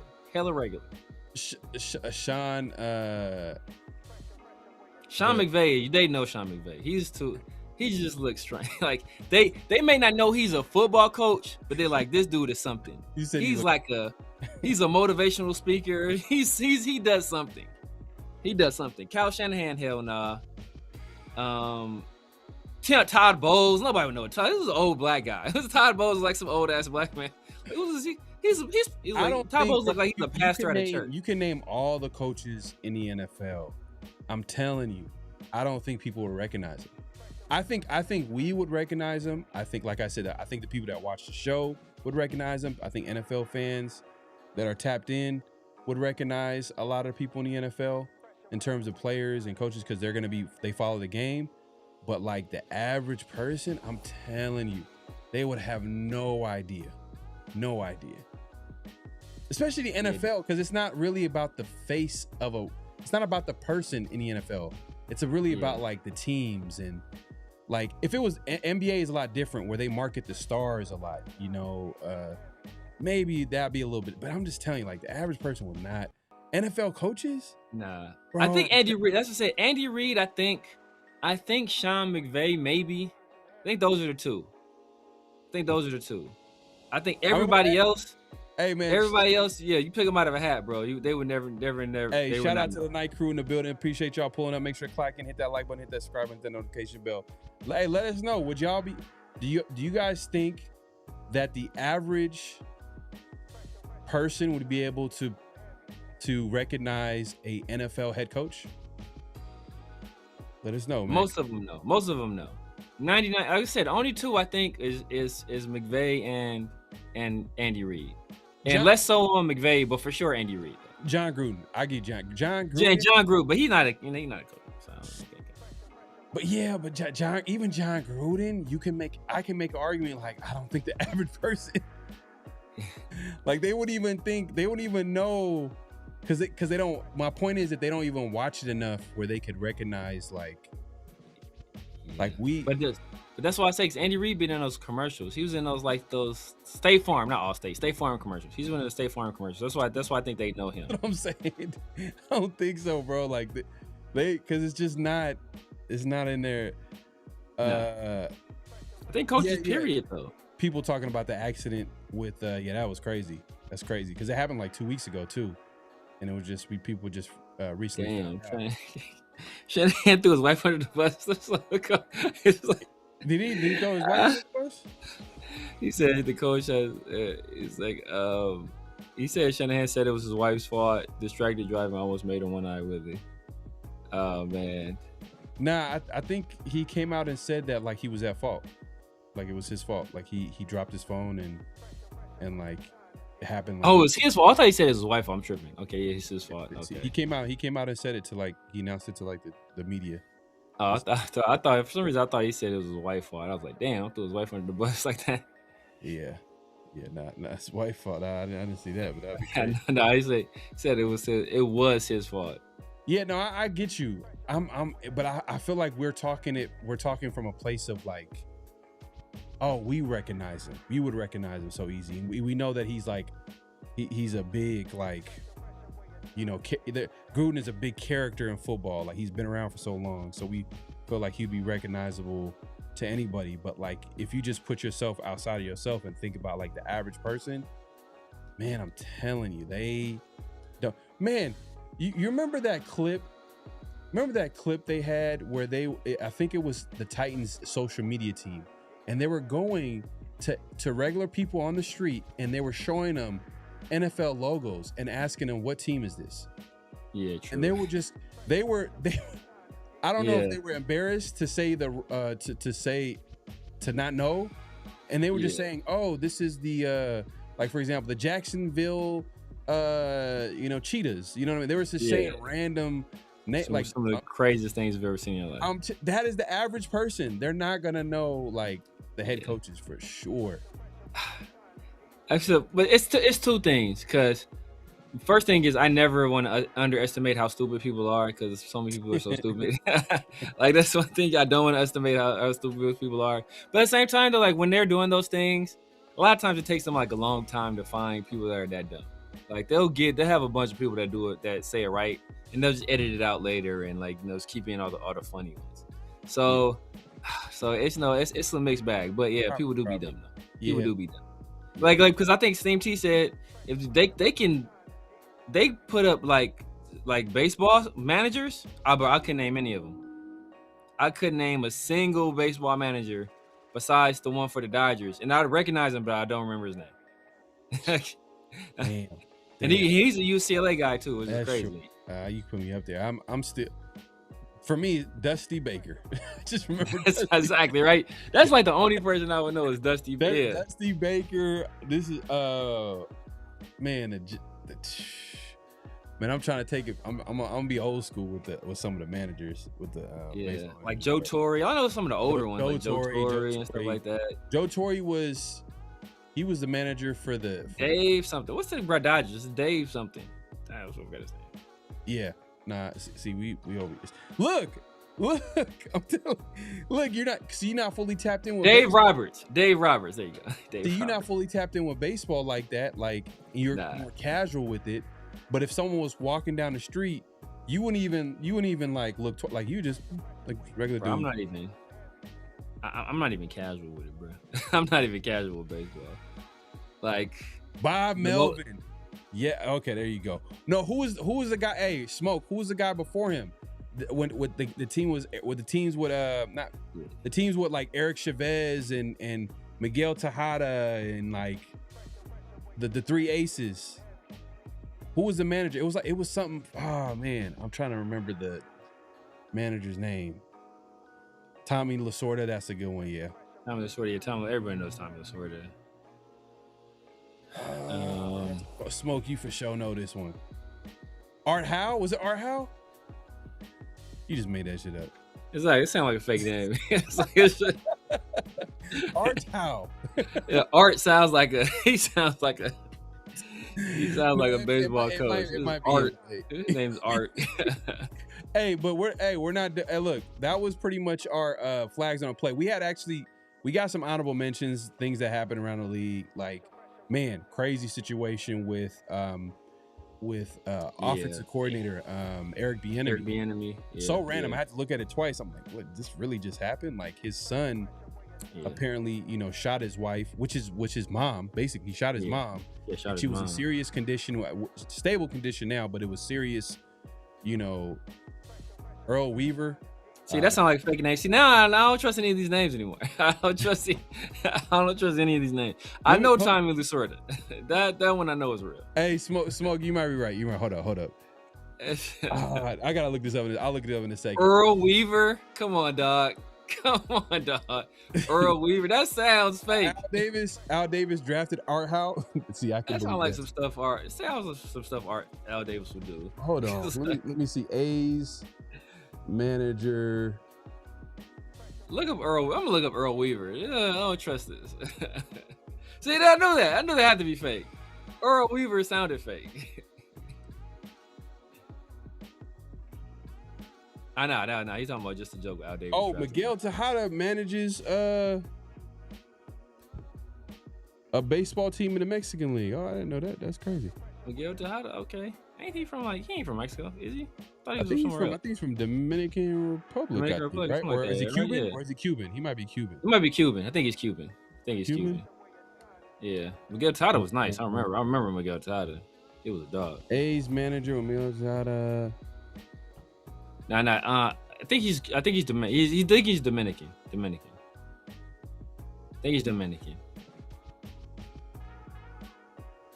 Bro, you're right. My bad, Smoke. You're right. That's what I said. You might have. Art Howe was actually. Oh, Ken Maka. Yeah, the Ken Maka. Okay, hold on. Am I right? Art Howe left the A's after the 2002 season, and then it was Ken. Tony Russo, I know. He's with the Cards, if I'm not mistaken.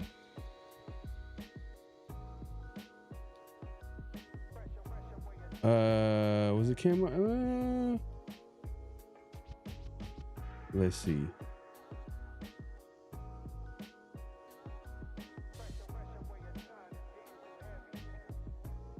Yeah, I'm gonna look this up. This is actually, damn, I really forgot about a lot of these guys. But Al Davis drafted Art Howe, which it sounded like he did though.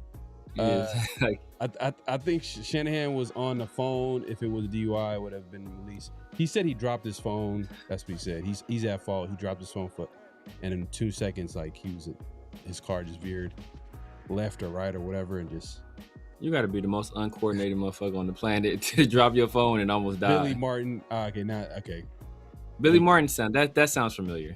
Sounds familiar? Okay, that's for me. It doesn't. I'm just gonna. Billy Martin sounds familiar. I'm just gonna let it go. But yeah, no, we have some honorable mentions for Flag on a Play, man, and obviously around the league. Well, I actually wanted to talk about. We went on a tangent a little bit, but we were talking about Eric Bieniemy and that whole situation. It was pretty crazy in terms of like what happened. Like his son shot his own mother, which is Eric Bieniemy's wife, and she was in obviously serious condition. She's now in a stable condition. According to Andy Reid, he's saying that there is no timetable for Eric Bieniemy to come back, obviously for obvious reasons. His son is being charged by authorities out there. I hope so. Yeah, you would hope, right? So definitely Flag on a place. We put an honorable mention just because like it's very kind of like tough situation to talk about. Yeah. But one thing that like when I seen it and Severe made a comment like that was kind of true, man. Like you seen it, like you weren't surprised. Well, bro. I'm just gonna pull up this picture here. This picture of Eric Bieniemy's son, which you knew there's something wrong going on. Yeah, like if only there was a sign that if something's wrong with him. Yeah, it's like I saw the mugshot, like, oh damn. Yeah. So here goes Eric Bieniemy's son, like. Yeah, it's like come on, bro. Yeah, like man. Yeah. I don't even know. Like when I seen this, I was like, yeah. Were you surprised? Like when you seen it, you weren't surprised? When I saw it, I was surprised, and I was like, oh, okay. It's like This person is not. It's like I was surprised he looked like that, but then I was like, okay, now I see why he out here shooting his own. Yeah, because it's kind of because we what did we hear about Eric Bieniemy? Like he's like a tough coach, like yeah, a really tough coach. So to see like this is his son, it's like damn, like maybe I don't know. I don't want to jump into conclusions as far as like if he was in his life or not or that type of stuff. But yeah. I mean, I think he was living with him, though, right? Isn't he living with him? But when I see the tattoo in the face and just bro, I was looking at, I was like, damn, like because they have to be living. Because I think Eric Bieniemy probably lived in because when he worked for the Commanders as OC, I would assume he probably had a house like in the DMV, so like probably had a home in Virginia. So that's probably why they're living there. That would be my assumption. So I don't know, man. It's crazy. It's a crazy situation, man. But yeah, dude, like mental health, man. Mental health is crazy. It's wild. Yeah, but not about. It's not. It doesn't matter. It doesn't matter where she was shot. He shot his own mom. Yeah, that's what's crazy, man. Yeah, she not dying. She's not dying, but still though, man. Like still, somebody shoot their mom. Like that's crazy. Like where are we at? Like what type of person does that? That's all I gotta say. I just like damn. Like the enemy gotta be like, it's there's so many layers to this, but yeah, man. But it doesn't really matter where she was shot. If she ain't not like it doesn't matter. As soon as you heard, like put it this way, if you heard that, hey, God forbid, knock on wood, if you heard your mom was shot, would you be, as soon as you heard your mom was shot, you gone, like you run into wherever she at, like make sure she good. You're not thinking about where she. Oh, exactly. It's like, hey, Severe, your mom got shot. Oh, where did she get shot? It's like what? Like she be all right. She should be all right. Oh, she got shot on. Like, nah, man. I'll see you when I see you. Exactly. Tell our visitor tonight. Come on, man. But yeah, flag on her playing that whole situation. The son. Yeah, man. I think there might be some mental health issues for sure. Like, has to be. Like, you think? You think? It gotta be. It gotta be. It's something. Something's going on. Like, there's no reason why. Like you should go from 0 to like I'm just gonna shoot you, mom. Exactly. There's no come on, man. It doesn't make any sense. But we're not trying to make light of the situation, man. We just got a sense of humor. So if you guys can't laugh, it is what it is. But another honorable mention was CJ Stroud, man. So CJ Stroud. So all these teams, all these social media teams for these teams, they're all like showing players coming, clocking in, coming into training camp. And CJ Stroud had an entrance that will be unforgettable. Oh man. My dog was it's like he got man, he looked like a 5th grader, bro. He looked like he walking in PE, bro. Like walking in PE. He walking in PE, and his mama bought him PE shoes that was too small. He looked like a big ass kid, bro. His mom bought him PE shoes that was too small, bro. But his feet is hurting. It's like when you gotta walk with your toes curled up because the shoes too small. So would you? All I'm gonna say is that like, no matter, depending on what happens this year, no matter what, they're gonna go back to this. Oh yeah, bro. Like I said, bro, he either about to have the greatest season of his career, bro, or like I said, they're gonna look at this moment and be like, this is when it was all over. What he looks like this. I compare this. I put this. His walk to training camp is up there with Mac Jones. Yeah. So would you? That walk, Mac Jones bad. Hey, he for sure. Them is for sure some Kirkland shorts, man. Them is for sure. So would you? I'm telling you, bro. His feet is on fire in them shoes, bro. His feet is hurting. Them dogs are barking. It was honorable mention at the end of the day, but we'll get back to this. Obviously, if he has a great season, we'll come back to this whole moment right here. He cut the dreads. He got the PE clothes on, bro. He ready to work. No, for real. No, he ready to work for sure.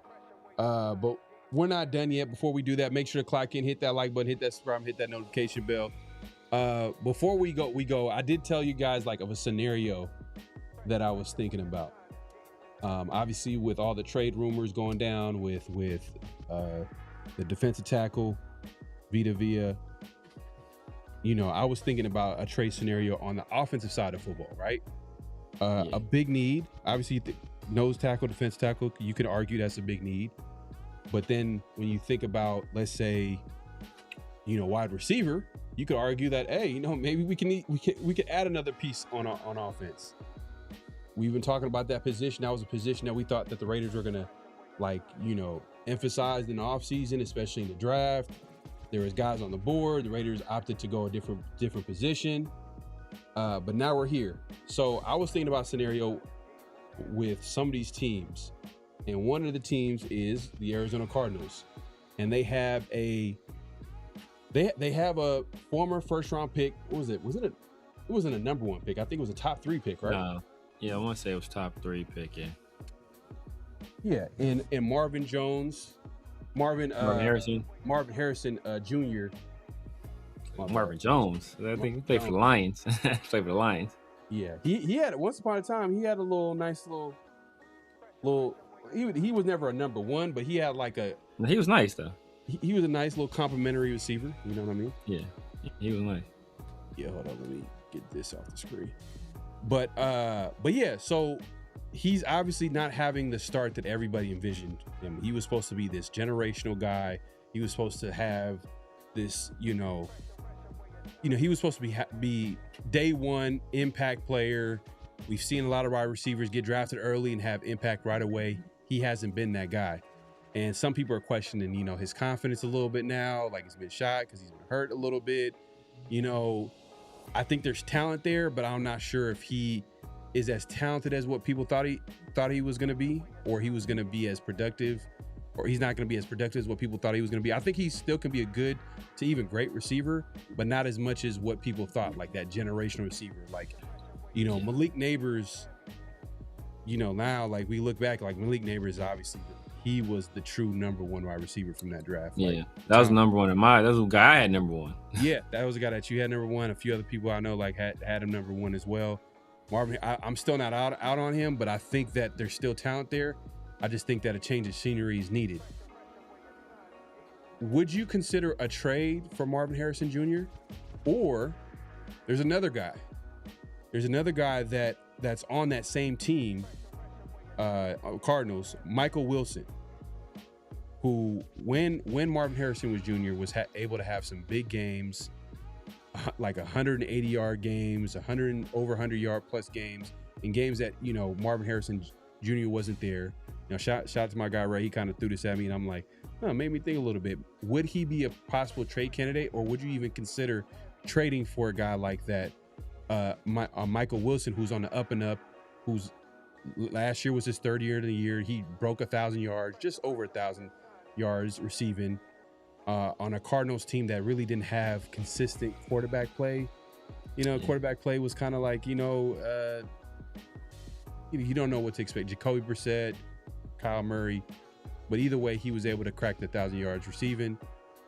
Would you consider a trade for a Michael Wilson or a Marvin Harrison Jr.?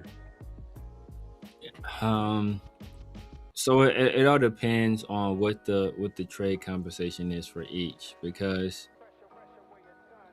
it could be a situation where you end up getting tremendous value for Michael Wilson, just because he's not a big name player, but he was very productive in his role, and when he was put into the correct role, he had a really good year. And it could be a situation like, remember when the Patriots traded the Dolphins for Wes Welker? I forgot what they traded. They traded like nothing. It was like, I forgot what it was, like a 4th or something like that, like 4th or 5th, something like that. Yeah, they traded that for Wes Welker, and people were like, man, like, what are you doing? Why are you trading this for Wes Welker? And then Wes Welker got over there, and he started destroying the league. It's because they knew how they were going to use him. They kind of saw that potential in him already, so they were kind of able to get him for pennies on the dollar. And if it's a situation like that where we're able to get Michael Wilson for like super cheap and get him over here and he immediately becomes our best wide receiver, then you do it. The thing with Marvin Harrison is that there is so much talent there and so much untapped potential. And these Ohio State guys, like, all of them have been good. Like, he would be like, he was supposed to be one of the best ones, and he's the only one thus far that really hasn't had success. Like, Jackson had success. Emeka last year had success. Olave has had success. Garrett Wilson has had success. Marvin was supposed to be the guy out of all of those guys, and he's the only one that hasn't. So you're kind of banking on him, you know, being able to unlock that potential he has. But at the same time, you're going to probably pay a premium still for the name and for the draft position and for the potential. So the better value would likely be Michael Wilson. But you know, if you want to swing for the fences and potentially, like, if you can get Marvin Harrison for like a second and he turns in, you know, or a third and he turns into he realizes the potential that he had as a draft pick, then you got yourself like a hell of a steal. Yeah, I was just thinking about it because I agree with the Marvin Harrison Jr. I just think about like the talent when he was drafted. Obviously, there's still talent there. The reason why you can consider a trade for him now, and the reason I'm throwing it out there, it's not because I want the Raiders to trade for players who are terrible. It's more like, man, like this could be a trade where you can trade for a talent player at a very reasonable cost. Yeah. So a former first-round pick, a guy that has the talent but obviously hasn't put it all together. You know, I've seen like, you know, Cardinals media, you know, on social media just point out like his confidence, you know, pointing out his interview. He's just not all the way confident there. His confidence might be shot. So maybe a change of scenery might doing well. Obviously, you know, having better coaching, better quarterback situation. And then like my guy, not about Harrison, will come to life with Mendoza. That's another thing too, is like Mendoza I feel like Mendoza works well, which is good. We'll see how it works out. I think Mendoza, you know, if he's a good quarterback, he's going to work well with all types of receivers. But like, I do like getting Mendoza a guy that can go up and go get it. And he has a guy in Brock Bowers. It's nice, tight end. We all know who Brock Bowers is and what the player is. But at wide receiver, if we can get a guy, which historically, if you're looking at Klint Kubiak, he kind of values kind of the smaller, fast wide receivers.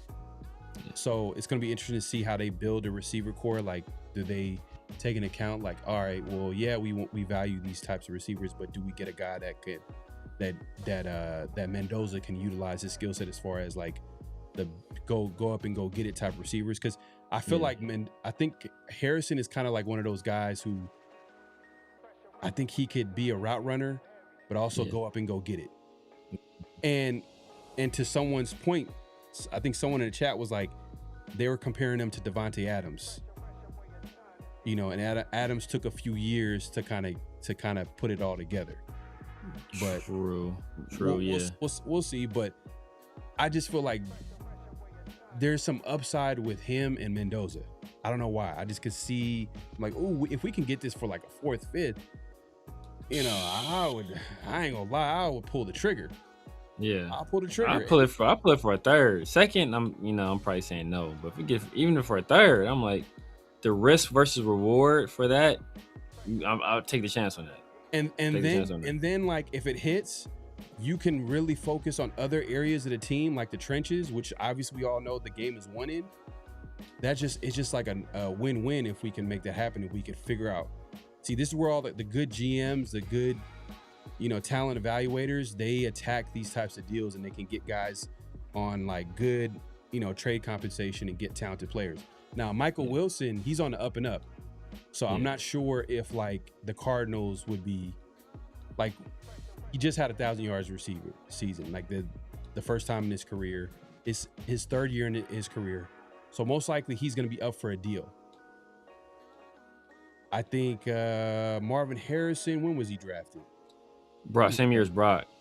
So you still have, you'd have 3 years because you still have his 5th year option. So you have this year plus next year, and if you pick up his 5th year option, so you'd have 3 years basically. but let's forget about the 5th year option, because the reason why I say that is because, like, if you make a trade for Marvin Harrison Jr., you got to be like, all right, this is a risk, right? Like, all right, we're trading for a guy. We think he has talent, but we also don't know how it's going to work out. So, but we need some time for us to evaluate him before we even feel like we can give him a contract. Sometimes I feel like teams don't want to make a trade because they're going to be forced to make a deal, and they don't want to do that. I don't think that's going to be the situation with Marvin Harrison Jr. So they're going to have some time to evaluate him before they even have to, like, force to make a deal. So he would be on a rookie deal. So, like, that's another thing. I'm like, all right, well, that's kind of interesting, you know. But so you would be leaning towards Wilson or Marvin Harrison, the upside of Marvin Harrison Jr. Because there's upside with Michael Wilson. It's just like you would you would have to pay him. Yeah, he's a little. I want to say, I'm pretty sure he's older too. I think he's like 27 or something like that. Wait, did the Cardinals draft Michael Wilson? Let me see. I want to say they drafted him in like the 4th or 5th round out of Stanford. I know he's out of Stanford.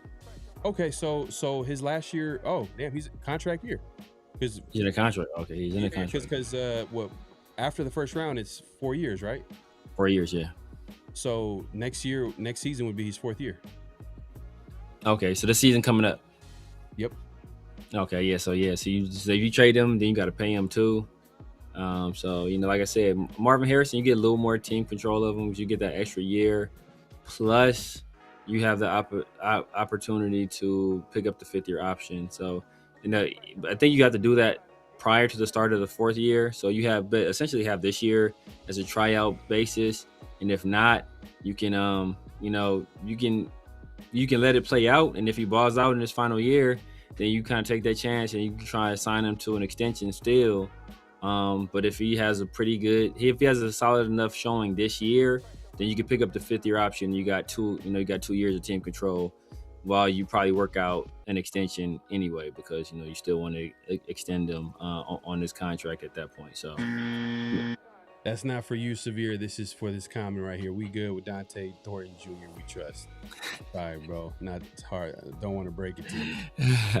But the reason why we're having this conversation is because he ain't cutting it right now. But he might be cutting it coming in the training camp.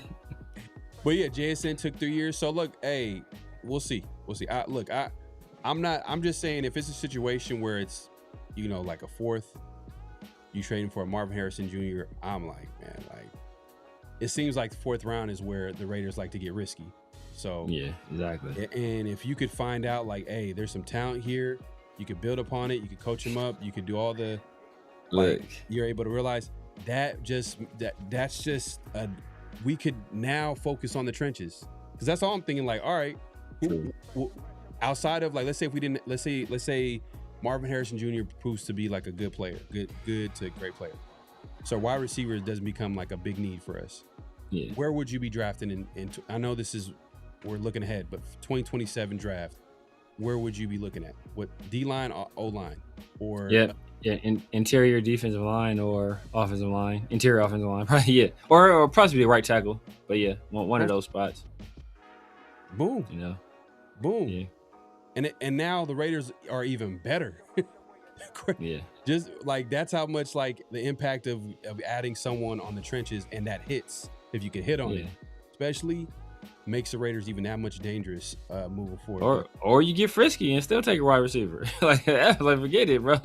Look, if we get a good enough weapon, but look, at that point, that frees you up to take Colin Simmons. Frees you up to take Dylan Stewart, right? Like, or frees you up to take Amari. What's the kid from Oregon? Amari Washington, I think. Like, it frees you up to do one of those things where you can take an interior defensive lineman, or you can take, you know, a pass rusher, like one of those guys that could be a potential, you know, franchise cornerstone. Like, you can do that. Like I said, because we're at the top of the draft, and we know if Jeremiah Smith is there, I'm still taking Jeremiah Smith. But, you know, if he's not there, I don't have to take Ryan Williams. I don't have to take Cam Coleman. I can take Dylan Stewart. I can take Colin Simmons, right? I can do those things and feel confident, because I still have a good enough X receiver, plus Brock Bowers, like that. You know, that's going to feed families. Yeah. So I kind of lean towards Marvin Harrison Jr. just because of, like, everything that I mentioned, like the upside, the fact that like he still would be on a rookie deal, and obviously if we can get him for a fourth or lower, I'll do it instantly. But for Michael Wilson, you can argue like, all right, the Raiders in the second round, they've been highly conservative. If you can tell me you get a guy that plug and play starter, you pay wide receiver, but those wide receivers a premium position. Those are the positions that you actually pay for because those positions actually matter, right? So if you can get a guy that you can argue that we currently don't have, you know what I mean, on a contract for the next, he's 26 years old, you know what I mean, for the next 3 to 4 years, that's not a bad situation to be in. But, that's the argument for Michael Wilson. But I just want to throw it out there because I just wanted to see what everybody thought about it. But I think Marvin Harrison Jr. for me, I kind of like that scenario a little bit. But I wouldn't be mad at Michael Wilson. I just feel like, all right, the Raiders would have to pay a little bit more, and they would be forced to pay too. Because then imagine trading for a Michael Wilson for a second rounder. You're forced to pay him. Like you have to pay him. Like what happens if he has a terrible season? Like I know the likelihood of it is like kind of smaller now because he's kind of on the up and up. He's an upward trending player, but still, I'm just saying. If I'm gonna take a risk, I'm like, all right, let me just low risk. I like low risk, high reward moves sometimes, but it is what it is. We appreciate everybody coming through. Make sure to clock in, hit that like button, hit that subscribe, hit that notification. But we're not done yet. Notable quotables. Severe, what we got on our first notable quotable? Facts. Our first notable quotable. We can go with let's go with Mike Tomlin. Mike Tomlin, obviously former coach of the Pittsburgh Steelers, longtime coach. Guy never had a losing record in his all his years as an NFL head coach. I think the streak for the longest start to a career without having a losing record. He was recently talking about kind of his approach to coaching, and one of the things he said that he never wanted to do was take exceptional people and try to confine them to conventional roles. And that's something he learned early in his coaching career, and it's something that carried throughout his entire coaching career. And that's piece points to that, allowing him to have guys play these different roles and different defenses and still be successful because of something he learned very early in his career. All right, here we go. I had a job to do in terms of getting them prepared and preparedness and stuff like that.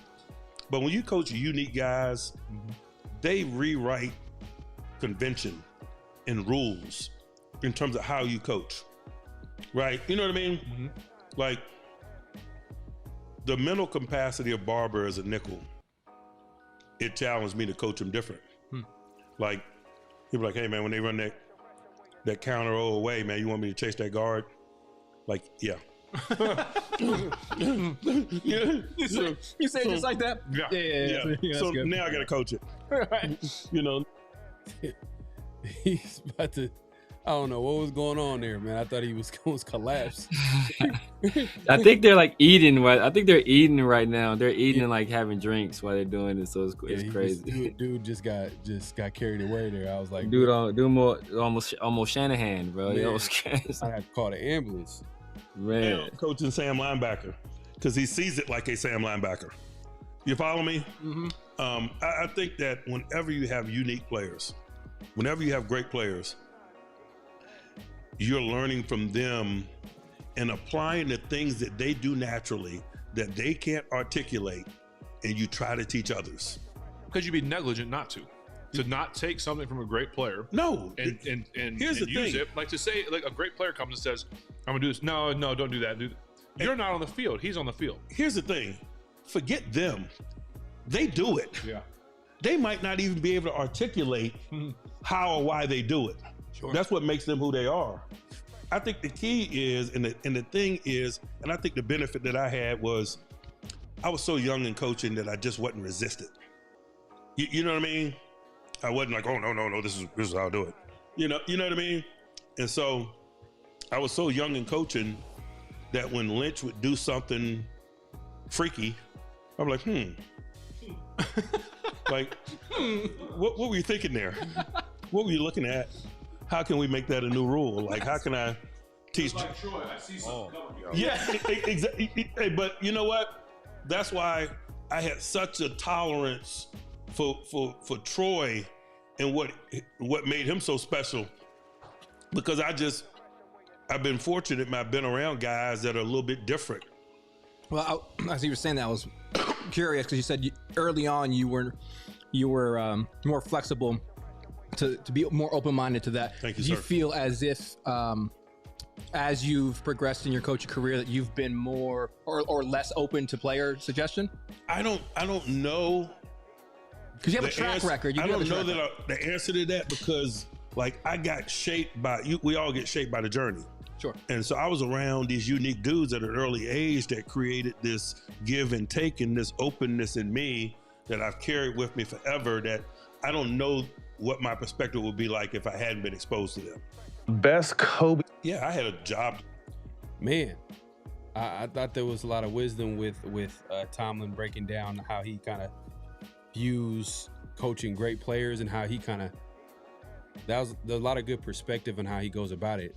And what I got from that, it was like he kind of came with it from an open mind, and he even admitted like a lot of it had to do with his age too as well. Like he was just young coach trying to figure things out, and then he kind of was like, hey, let's try this out and see if it worked kind of attitude. And man, and from what he was able to learn and apply, it worked for him.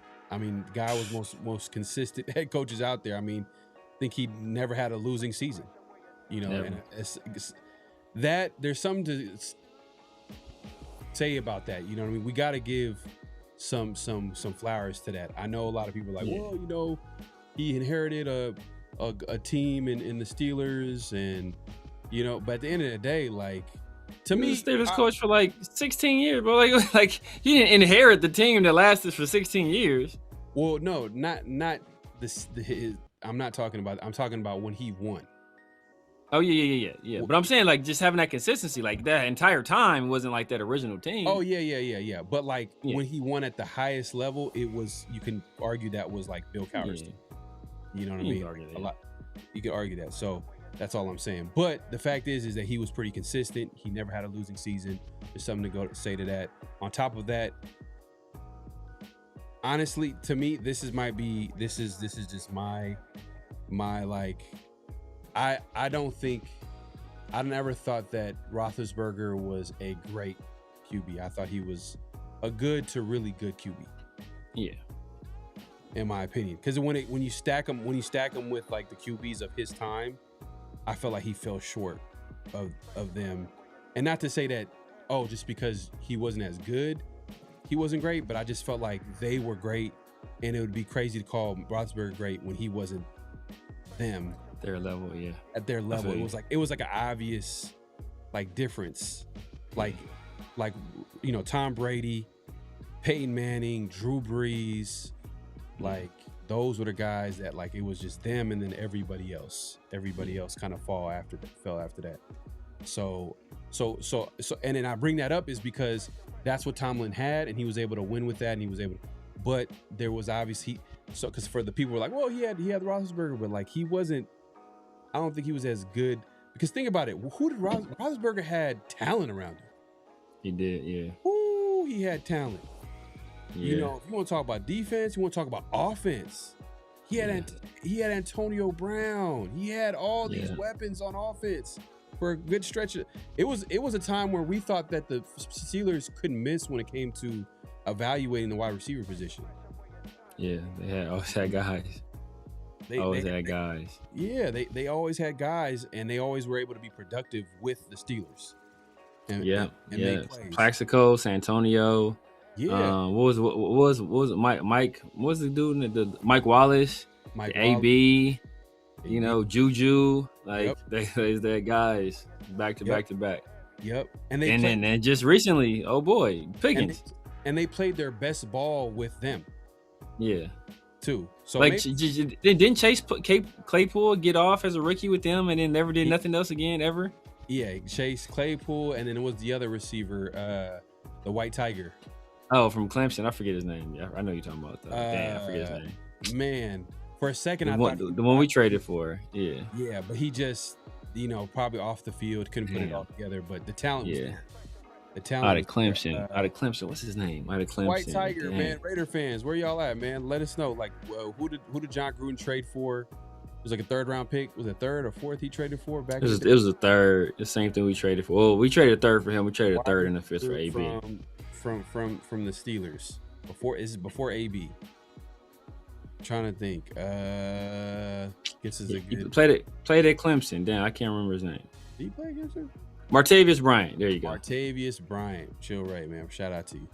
On fire today. Chill right. On fire. But yeah, man. Hey, it's a lot of wisdom, man. I had a lot of respect for him. But I will say that he didn't have that, and he was kind of living off that. And then like you seen how like the quarterback play deteriorated with Roethlisberger, and the team got older, but he still was able to like figure out ways to win.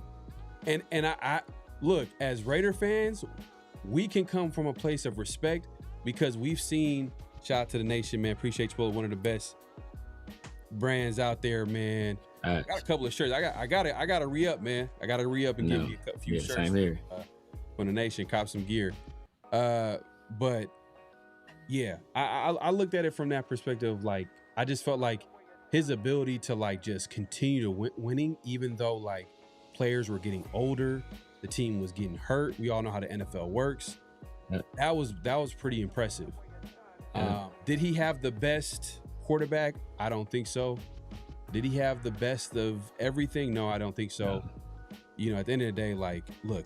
Yeah. I mean, he run with everybody. He won with Mason. He won with Mason Rudolph. He won with Kenny Pickett. He won with Justin Fields. He won with Russell Wilson. No matter who you put back there, he figured out a way to win games. Damn, Le'Veon Bell. He had Le'Veon Bell too. Yeah, them Steelers offenses, bro. I'm just saying, like, them Steelers offense, they had talent. And I just felt like, Roethlisberger, I was wondering, like, why was he not getting this team over the hump? Like, at some point when I look at a quarterback and I look at, like, if I'm looking at the pieces around him, I'm like, man, this is pretty legit. And they're not winning. Do you look at the quarterback or do you look at the head coach? Because now I'm looking at the quarterback at that point. I mean, depends on why, what you see. If they're not like deploying the talent properly, then you kind of got to look at the head coach. But if the talent is being deployed properly and they're just not executing, some of that is coaching. But that's you got to look at the quarterback too. Like kind of what are you doing? For real. No losing season with Pickett is Hall of Fame worthy. Facts. Big Ben never beat us in Oakland, man. I think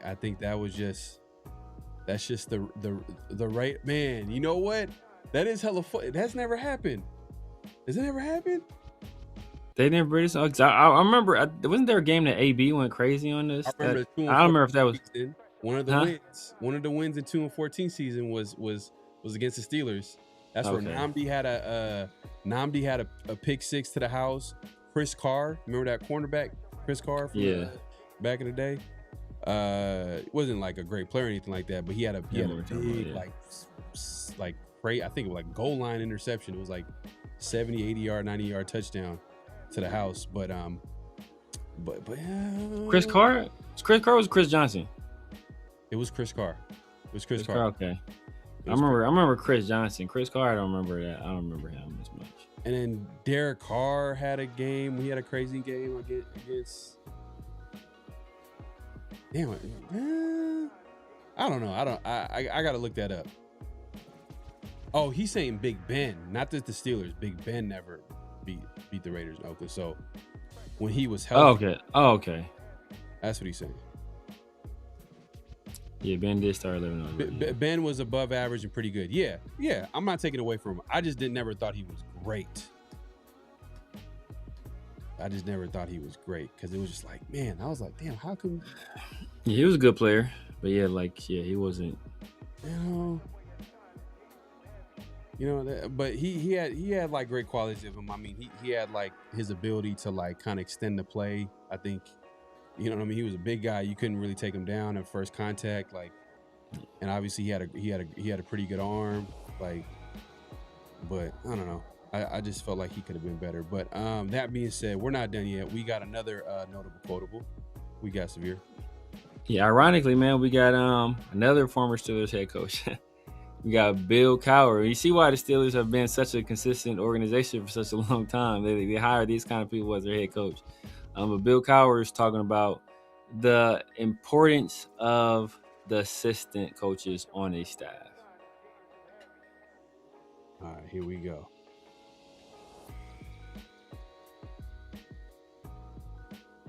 There's a lot more going on behind the scenes. And let's just be respectful of the fact that, like, we don't know everything. Right. We can sit there and speculate on a lot of things, but that's just speculation because, there's probably a lot more to it than we even know. So it's hard for me to sit there and, that's the receiver's fault. How do you know it's the receiver's fault? Maybe the receiver's actually right and the quarterback might have been wrong, or the quarterback's fault. But maybe the receiver didn't go deep enough or go short enough. I don't know what they called. I'm not sure exactly what the progression is for the read. Right. And we all sit there with these guys all the play. Oh, I know exactly what they did. Like, no, you don't. Like, you're not in that meeting room. Like we all think we think that's cover 2. We think that he probably should be a little bit wider or deeper, like maybe he should stay with them. But I don't know what he's being told.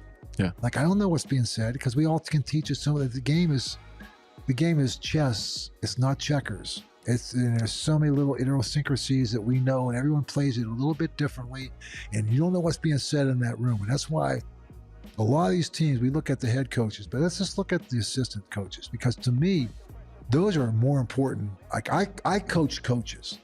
That I didn't coach the players as a head coach. I coached the coaches because I wanted them to be able to have that relationship with the player, and not just me as a head coach. Like, I'll intervene if I have to have an intervention, and I'm going to tell coordinators, like, okay, we're not throwing the ball, we're going to run it here, and we have to blitz more. And I want to save a blitz to the second half, so they have to make an adjustment there. So I was involved with the defensive side strategically, and even offensively. So I mean, I just think a head coach should be on both sides of the ball. You need to be the person that, if there's intervention needed on both sides of the ball, you need to intervene. But let them do their thing. Let the coaches do it. Let them call their games. Let the coaches the individual players. You can see it from afar, and you can coach the coaches. And so that to me is like, and that's how you give them a chance to become a head coach. That's how Sheesh. Hey, man. That was a drop the mic moment, man. We got to... How many times have we said, like, hey, look, as much as we want to hire the right coach, we got to hire the right staff too. Yeah. And like, you can see why Bill Cowher was a great coach for a long time, and his views on how he views having a good staff, good assistants, he lets people do their job. And you know what? To just bring it back to the Raiders, Klint Kubiak seems to have that mentality. When he talks about the coaching staff and who he leans on, and he's obviously he says that we want to be on the same page, but I'm a big believer on letting guys letting them do their job. So he's saying all the right things in terms of that, but if he kind of follows through on that, going to what Bill Cowher is saying here, man, like, this is exactly what you want to hear. He says he coaches coaches. He doesn't coach players. He coaches coaches, which is a fire statement in itself. It was Bill Cowher, former Steelers coach, the guy that, like Severe said, he inherited. Mike Tomlin inherited his team with the Steelers. I think Mike McCarthy gets fired soon. Yeah, we'll see. But I agree, man. I think I'm hoping for the best with Rob Leonard at defensive coordinator for the Raiders, because I'm always going to bring it back to the team. Because great quote, great statement by Bill Cowher. We always feel like this. We always feel like, having a great staff is such an important thing, especially with certain coaches too. Guys like who are very, let's say maybe they have the look of the head coach. They're not really X's and O's guys, but they can get the guys fired up, to follow their lead. Those are the guys where I felt like needed to have like good X's and O's assistants to have a good game plan, to build a good game plan and all that type of good stuff, right? Especially those guys. But he's just saying, period, Bill Cowher, like, you need to have a great coaching staff and let them do their job, and also have the relationship with the players, in order for them to get the best out of them too. So I felt like it was a great quote by Bill Cowher. Definitely a notable quotable. I mean, what was your take on it? Yeah, I mean, that's kind of, how you want to run an organization. Is like you want to delegate authority to other people, and you kind of have oversight of it, and you have input into it, but you don't want to be the person that's the driving force behind it at all times, right? You set forth the vision. You bring in people that are going to implement that vision for you, and then you oversee them implementing that vision. And if there's a time where you need to step in and you need to recalibrate or adjust some things, then you do that. But you want to be able to take a holistic approach and a holistic look at things, and that's why the Kubiak, when we hired him, the hope was that he would bring in an experienced defensive coordinator, because especially with the head coach that's an offensive minded head coach and he's going to be calling plays, like that's very comprehensive. That's like takes a lot of detail work, a lot of film study, a lot of looking at teams' tendencies, then you're doing the install and like getting the game plan together, doing all that stuff just on the defensive side of the ball. You don't really have time to be involved as much with the defense. So you would hope that you have a guy on that side of the ball that knows what he's doing and has some experience doing it. But we zigged instead of zagging, and we hired a guy that's a first-time defensive coordinator as well. Now, fortunately, we have a guy like Joe Woods, who's been a defensive coordinator before. I think we have another former defensive coordinator on the staff as well. So you have some guys that can kind of help on that side of the ball. But getting help from those guys is not the same as getting input and involvement from the head coach. That's why when Sean McVay was first hired, as the head coach for the Rams, he had I forgot my guy's name. He had you're talking about former Dallas coach. Yeah, exactly. Yeah. Damn. It's killing me. My memory's jacked up. The best late night show out here. Make sure to clock in, hit that like button. But he had what's my guy's name? But he had him as a defensive coordinator because he can kind of not only help Sean McVay, adjust to the head coaching role, which is something else we kind of need somebody to do. But we have Mike McCoy here who's been there before, so maybe he can kind of assist in that. But he can also run the defense with very little input from Sean McVay. So, but like Sean McVay, I mean, ultimately Kubiak you also have to hire a staff you trust. Wade Phillips. Wade Phillips. There you go. Yeah. So but you also have to hire people you trust. Obviously, Robbie Leonard is not a guy that Kubiak really has a relationship with, but he trusts him enough to entrust him with the DC role. And obviously, all the other people on the staff, Kubiak has had a relationship with in the past, in the recent past, or in the distant past, or has familial ties to him where they worked with his dad or something of that nature. So he built a staff of people that he trusts. And he knows outside of maybe Robbie Leonard. So you kind of hope that synergy there is still there, and he's still able to kind of have at least some sort of input into all those places. But we talked about it before, man. Like with Dan Campbell, what's the one thing that Dan Campbell is really good at? Hiring staff. He hired a good staff, two former coordinators that are head coaches. And I think Dan Campbell talked about the importance of hiring good staff previously. One of the reasons why we're looking at the Chargers this off season and saying, man, they're a team that could be dangerous next year is because even though they lost Jesse Minter as defensive coordinator, they hired an incredible offensive coordinator in Mike McDaniel. So a staff is extremely important. And being able to identify that kind of talent that not only helps you identify guys to run those particular units, but it could be a potential head coaching job in the future if the guy that is the head coaching steps away or gets fired, then you still have a talent pipeline, and you want to continue to build that talent pipeline. Yeah, no, facts. I just like the idea of like him understanding like, you know, the coaches need to do their job and you need to have like a good staff around you, and like it means something coming from him because he was a great coach in his day. He was able to win the Super Bowl, put together a Super Bowl winning team, and obviously coach a Super Bowl winning team. So, and I just like what he said, like how he would obviously let them do their job, but he would intervene when it's time to intervene. Yeah. And I like how he broke down the fact that like there, you know, he was strategically involved on the defensive side of the football and on the offensive side when something needed to be changed up. But he was always looking at the game he was an inside, but from the outside looking in, like, you know, like he was looking at the full chessboard and knowing exactly what was going on. And that's what I like, because how many times have we seen Raider games where we're like, what are we doing? Like, why is there not an adjustment here?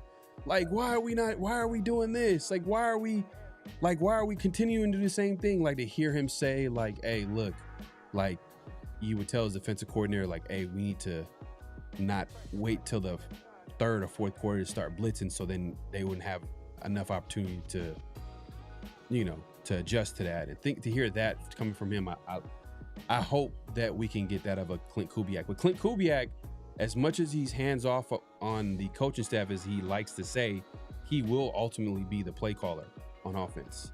Exactly. But the one thing I'll give him to credit him is that like we've seen successful head coaches be play callers. Exactly. It's not like the Raiders are going against the grain by hiring a guy that, like, that's the one thing I used to hate with the Raiders. They would go against the grain while nobody's doing it, except the Raiders are going to try to do something and no one else. There's no proven track. Like, come on, bro. Like, why are we always got to be that team? But in this case, there are proven successful coaches around the NFL that are play callers. So there are other ways to get the job done. And if Klint Kubiak can focus on offense, that's fine. But also be able to look at it from looking at the chessboard and oversee the team as well, which I'm sure there's probably going to be some. Would you say there would be? Is it fair to say that there will be some growing pains for a first-year head coach? Oh, definitely. Because like he's going to be a play caller. Before he was strictly a play caller.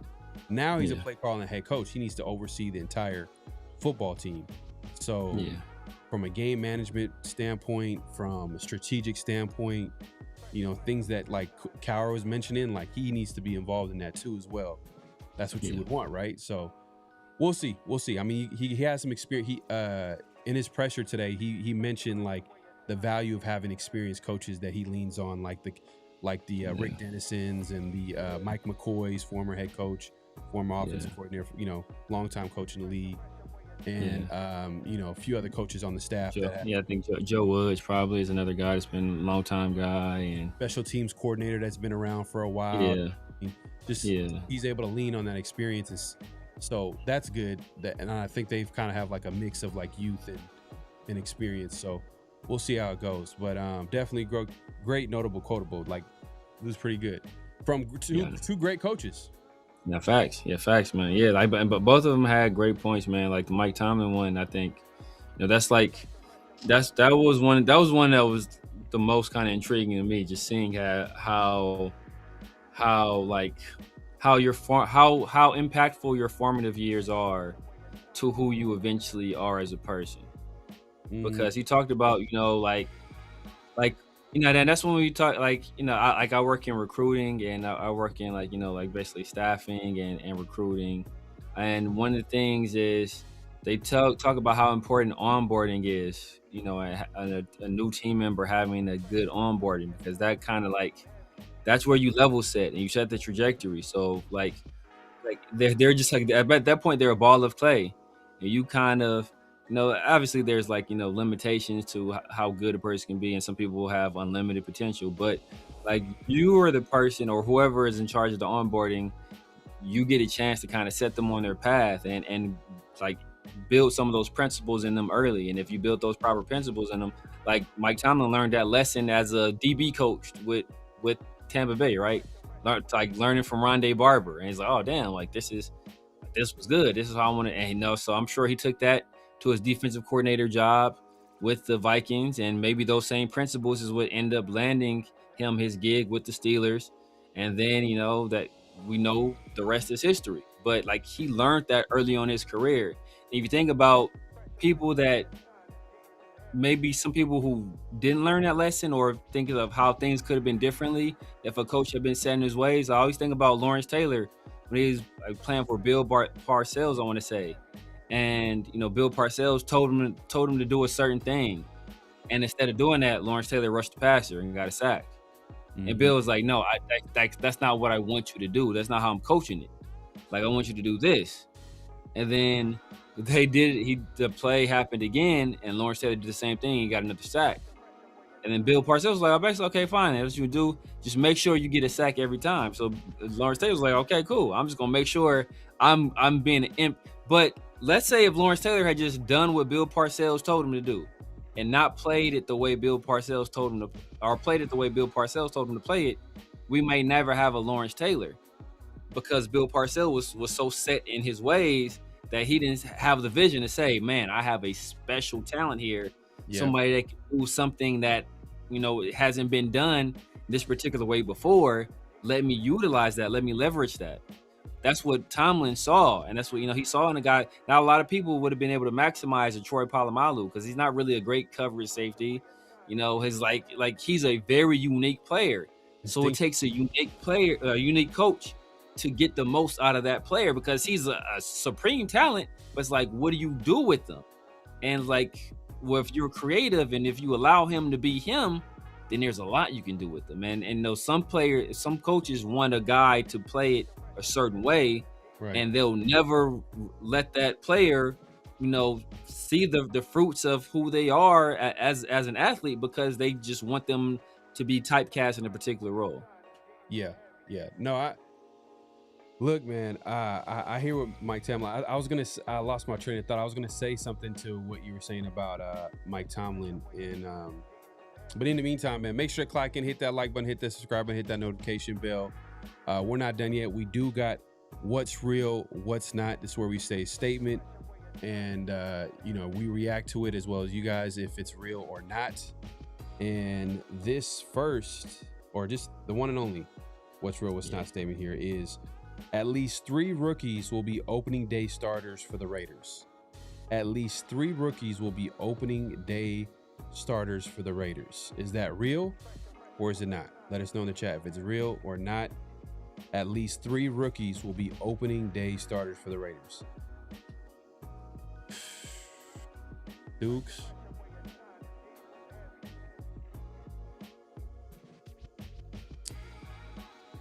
I'm gonna say that's not real. You can probably get to 2 easy. Like if you think Stooks smashes, maybe. Depending on what you feel about, Darian Porter. Yeah, corner. Corner. Depending on what you think about Darian Porter, But then that's after what that. After that, after that, Mendoza would have been like, oh, okay, like then there would be a possibility. But we now know that, like, I think Mendoza is not going to be starter at or at least week 1 starter. Mike Washington. Mike Washington. I was gonna send it to you. I don't know if I sent it to you, but he had like I think Raider Room posted it or something, like Mike Washington basically saying like, man, like I remember all the running backs that were drafted ahead of me. Like, watch, like he has this confidence, like, bro, I'm gonna be great. We'll see how like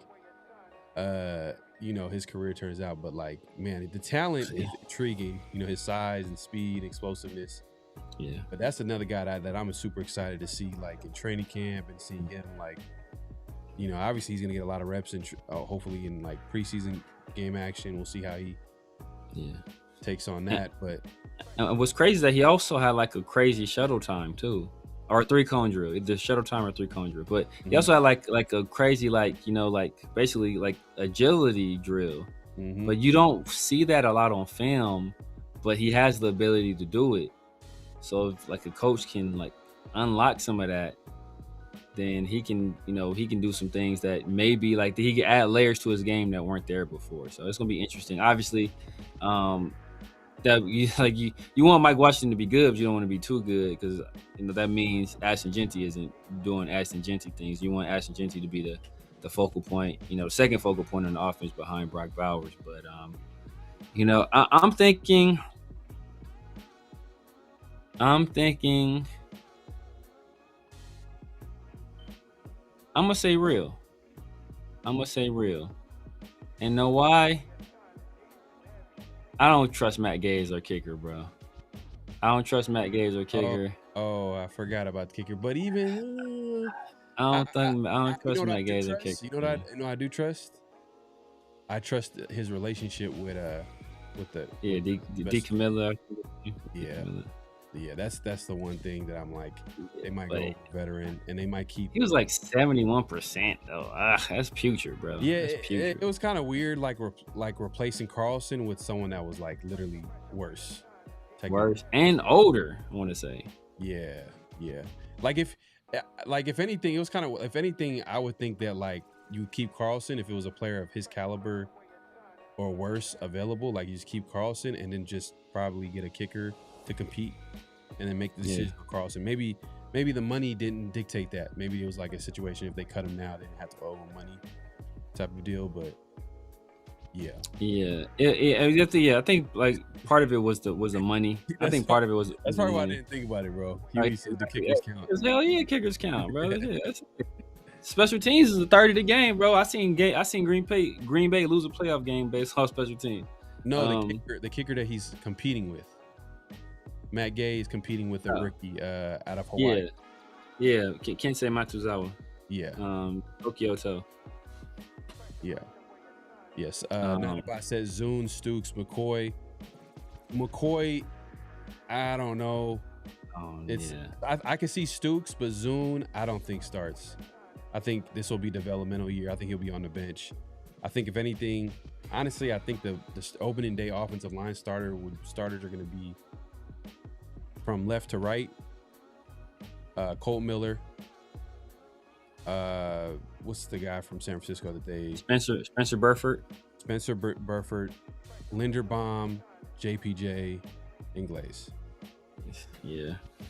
And I'm basing this not just because this is what my preferred stamp offensive line. It's just the comment that Rick Dennison made. He wants to figure this out as soon as possible because he wants to get the five out there to develop chemistry and start playing together. You know what I mean? And kind of like, developing that on the field chemistry. But me personally, you already know, I would love to have the right tackle position to be a competition. We know right guard might be a little bit of competition, maybe JPJ and Caleb Rogers, it seems like, but I don't know. Spencer Buford has been the starter like since day one. That's been their guy. You know what I mean? He has starter experience. He's experienced in the system, all that good stuff. So we'll see.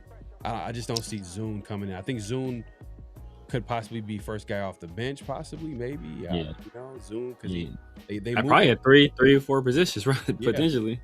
Yeah, but we'll see. We might bring Carlson back. I don't think so. I think that ship is sailed. They cut. That was like the first move of the offseason. Like they literally cut him. Yeah, it's possible. Like they wanted him. He was getting paid for a kicker. He was getting a nice chunk of change. So I could see that. Yeah. We can't roll with Matt Gay though. Remember that we can't roll in the season with Matt Gay. And Tokyo told me Kensei, he only attempted 2 kicks over 50 his entire collegiate career. He only made one of them. I think it was like 51 yards. And he kicked in like the best climates to be kicked in. So he didn't really never kicked in inclement weather, which we play in the dome. And we're playing the NFC West. I think all of those teams are in the dome. So we don't have a lot of outdoor games this particular season. But, you're not only thinking about just this season when you're putting together your roster. So it might not bite us if we end up rolling with him as our kicker, it might not bite us in the butt this season, but it could potentially hurt us in the future. So, yeah, right now, though, that's what I'm thinking. I'm thinking Stooks, Masses or McCoy. I'm leaning Masses, and then Kensei will be the 3 guys. But I can see Zoom stealing somebody's spot. Hopefully we'll be on the left side. Taking it from Burford. I can't really see any other players starting in that scenario. Only other scenario I can see it is if, let's say the Raiders decide they want to put Stooks as nickel. If they put Stooks at nickel, they probably cut Teron Johnson, and then in that situation, I can see maybe Dalton Johnson as free safety because we don't have another guy on the roster that could play free safety. And he has experience playing it. I can see that scenario playing out potentially. But even then, like I said, I don't think that's happening. I think it's going to be Teron at nickel and then Stooks at like the free safety, post safety role. All right, we'll see. We'll see how it shakes out. But I'm saying it's not real because I just don't see it getting into 3. 2 maybe, but 3 we'll see. But I kind of didn't think about the kicker though. I'm not gonna lie. Shout out to you. He was like saying the same thing, but I didn't think about the kicker. But we'll see, man. Because I like you said, Gay's really not. He's not like an exciting option as a kicker. Like I don't know if there's any upside with him being a kicker. So hopefully, Tokyo Toe goes out there and just kills it and has a great training camp, has a great preseason, doesn't miss from long range. I think that's the big thing with him. There is a question, like I'm not sure if he has a lot of evidence of him kicking from like 50 yards and beyond. Just 2 kicks his entire collegiate career, and he's 50%. And I'm looking at like some of these kickers from last year. They came out swinging. It was like the year of the kicker. No. 50 is like normal now. Like you kicking, like remember back in the days, like man, it's a 50-yarder. Right. I don't know if you're gonna make this, and now it's like 52. Okay, it's nothing. Just line it up, get it done. You feel me? Like it's nothing no more. Right. It's a luxury right now, but I wish the Raiders had that.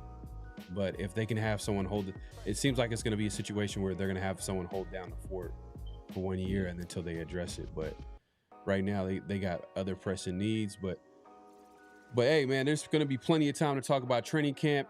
Make sure to join us again later this week, man, around the Shield. We'll be able to continue the conversation. Hopefully we'll update you on the latest and greatest with the Raiders, especially with training camp underway. See guys that are standing out, guys who are kind of, showing up in training camp. We'll be able to talk about that as well as have a special guest for you guys. So make sure to tune in and clock in, man. Like if you're first time joining us, definitely subscribe to both channels. We're going live on both channels. Hit that like button, hit that subscribe, hit that notification bell. At this point, clock out because we heading out of here. But Severe, man, let the people know where they can find you, what to look forward to, all that good stuff. You guys know what it is, man. The Severe Raider here on YouTube, Snapchat, TikTok, X, IG, Kick, Twitch, True Social, everywhere. The Severe Raider, man. Tap in with your boy. Tuesdays and Thursdays, the 50-50 show and Around the Shield with my dog PharoahNFL. On Wednesdays, I do the Raider War Room, my guy 805 and Christopher Take the Shield. We're gonna be coming back with Sundays after the first week of the preseason. I'm probably not going this week because it is the opening ceremony for the Junior Olympics that my son are in. That's tomorrow night, so I'm gonna be doing that, man. Man, appreciate it, man. Hopefully bring home a medal, man. We'll see. Let the people know what your son's competing in, man. He's the 400 and a 4x1. Jeez, so fast. He's fast. Yeah, man. So hey, for his first year running track too. So it's crazy. Yeah. So yeah, man. So hopefully we can go home with something, man. Like Denzel said, man, we leaving with something. Shout out, man. I don't know if you see Michael Jordan. He's gonna be playing the main role in the Thomas Crown Affair that's coming out, man. I meant to send that to Pharaoh. What's that about? The Thomas Crown. I forgot. It's a remake of a movie. It's a thriller. I don't remember exactly what it is. I think Pierce Brosnan was in the original one, if I'm not mistaken. Oh, okay. But I don't remember what the movie is about. It's a thriller, but I forgot exactly what it's about. But yeah, he's supposed to be in a remake. There's a couple movies on. I still gotta watch the Odyssey. I gotta see Me too, man. But I'm waiting to get some good seats to IMAX. I'm not watching it like this, bro. I'm not. Hey, bro. Just recline the seat back. Get you a neck pillow, bro. It's Because I actually want to, because it sounds like it's probably arguably the best movie of the year, like from what everybody's saying. Yeah, probably so far. Yeah. And it's best like non-horror movie. That one movie is supposed to be really good. Which one movie? Damn, Obsession. Okay. I got it. That movie's really good. The movie's like, yeah, it's not. I ain't seen it yet. I heard it's really good, but I heard it's not for the faint of heart though. Like it'll mess you up if you watch it. Damn, it's one of them movies. Okay. Yeah. Is it kind of like what's that Stephen King movie back in the day where he was like an author and like the lady like literally was getting him back to health, but she wouldn't let him leave. Damn, almost it was a Mercy, not Mercy. Damn, what was it? Something like that. It was a one word. It was with Kathy Bates. Yeah. Mercy was it Mercy? It might be Mercy. I can't remember. I know what you're talking about. She broke his legs though. Yeah, I remember the movie. Damn, I can't remember the name of it. Like that movie. She was insane. Was it something similar to that? No, it's not. It's not like it's just it's. I mean, like I said, I haven't seen it. I just heard about it. But I heard I heard it's really good though. Misery. There you go. Misery. There you go. Not about it. I just heard about it. I just heard about it. Everybody says it's a fantastic movie. I think it's broken record for like the most money made or the most profitable film of all time, something like that. And like the most money made by like a small budget film. Wow. But it's like I just heard it's like it'll mess you up. I'm gonna check it out. I gotta check out some movies. So, and that Spider-Man movie coming out, I gotta check that out too, man. I gotta check that out too. Yeah, man. Action movie summer, you know what I mean? So, it's coming out. So we definitely gonna check that out. And then when we check it out, man, we'll be able to talk about it, and I'll let you know who's trash as an actor, who's trash as a director. All that Exactly. How you guys think I am with the Raiders, that's how Pharaoh is with movies. Oh, man. Hey, look, it's hella funny. Like, I feel like I'm pretty fair with the team. And I could be, it's funny, people could call me negative too as well with the team.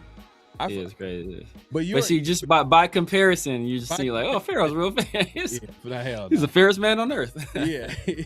you by comparison, I'm like the most positive person. Exactly.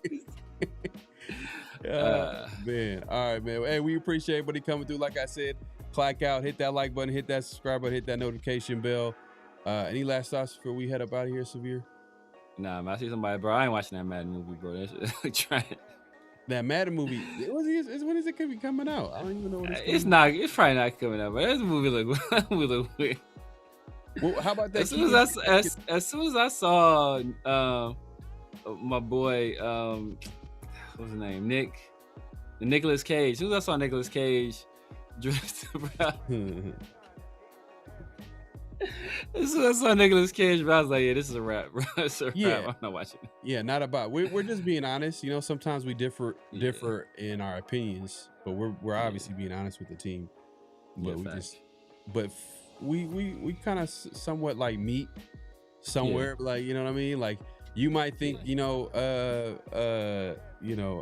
Ashton Genty's trash. I think he got some talent, that's the difference sometimes. That might be the difference sometimes. It's like, I think he's good. I just think he'll never be worth the 6th overall pick. He's cleaning it up, y'all. He's cleaning it up right now. That's what I've been saying. I said he'll never be worth the 6th overall pick. I'm gonna maintain that.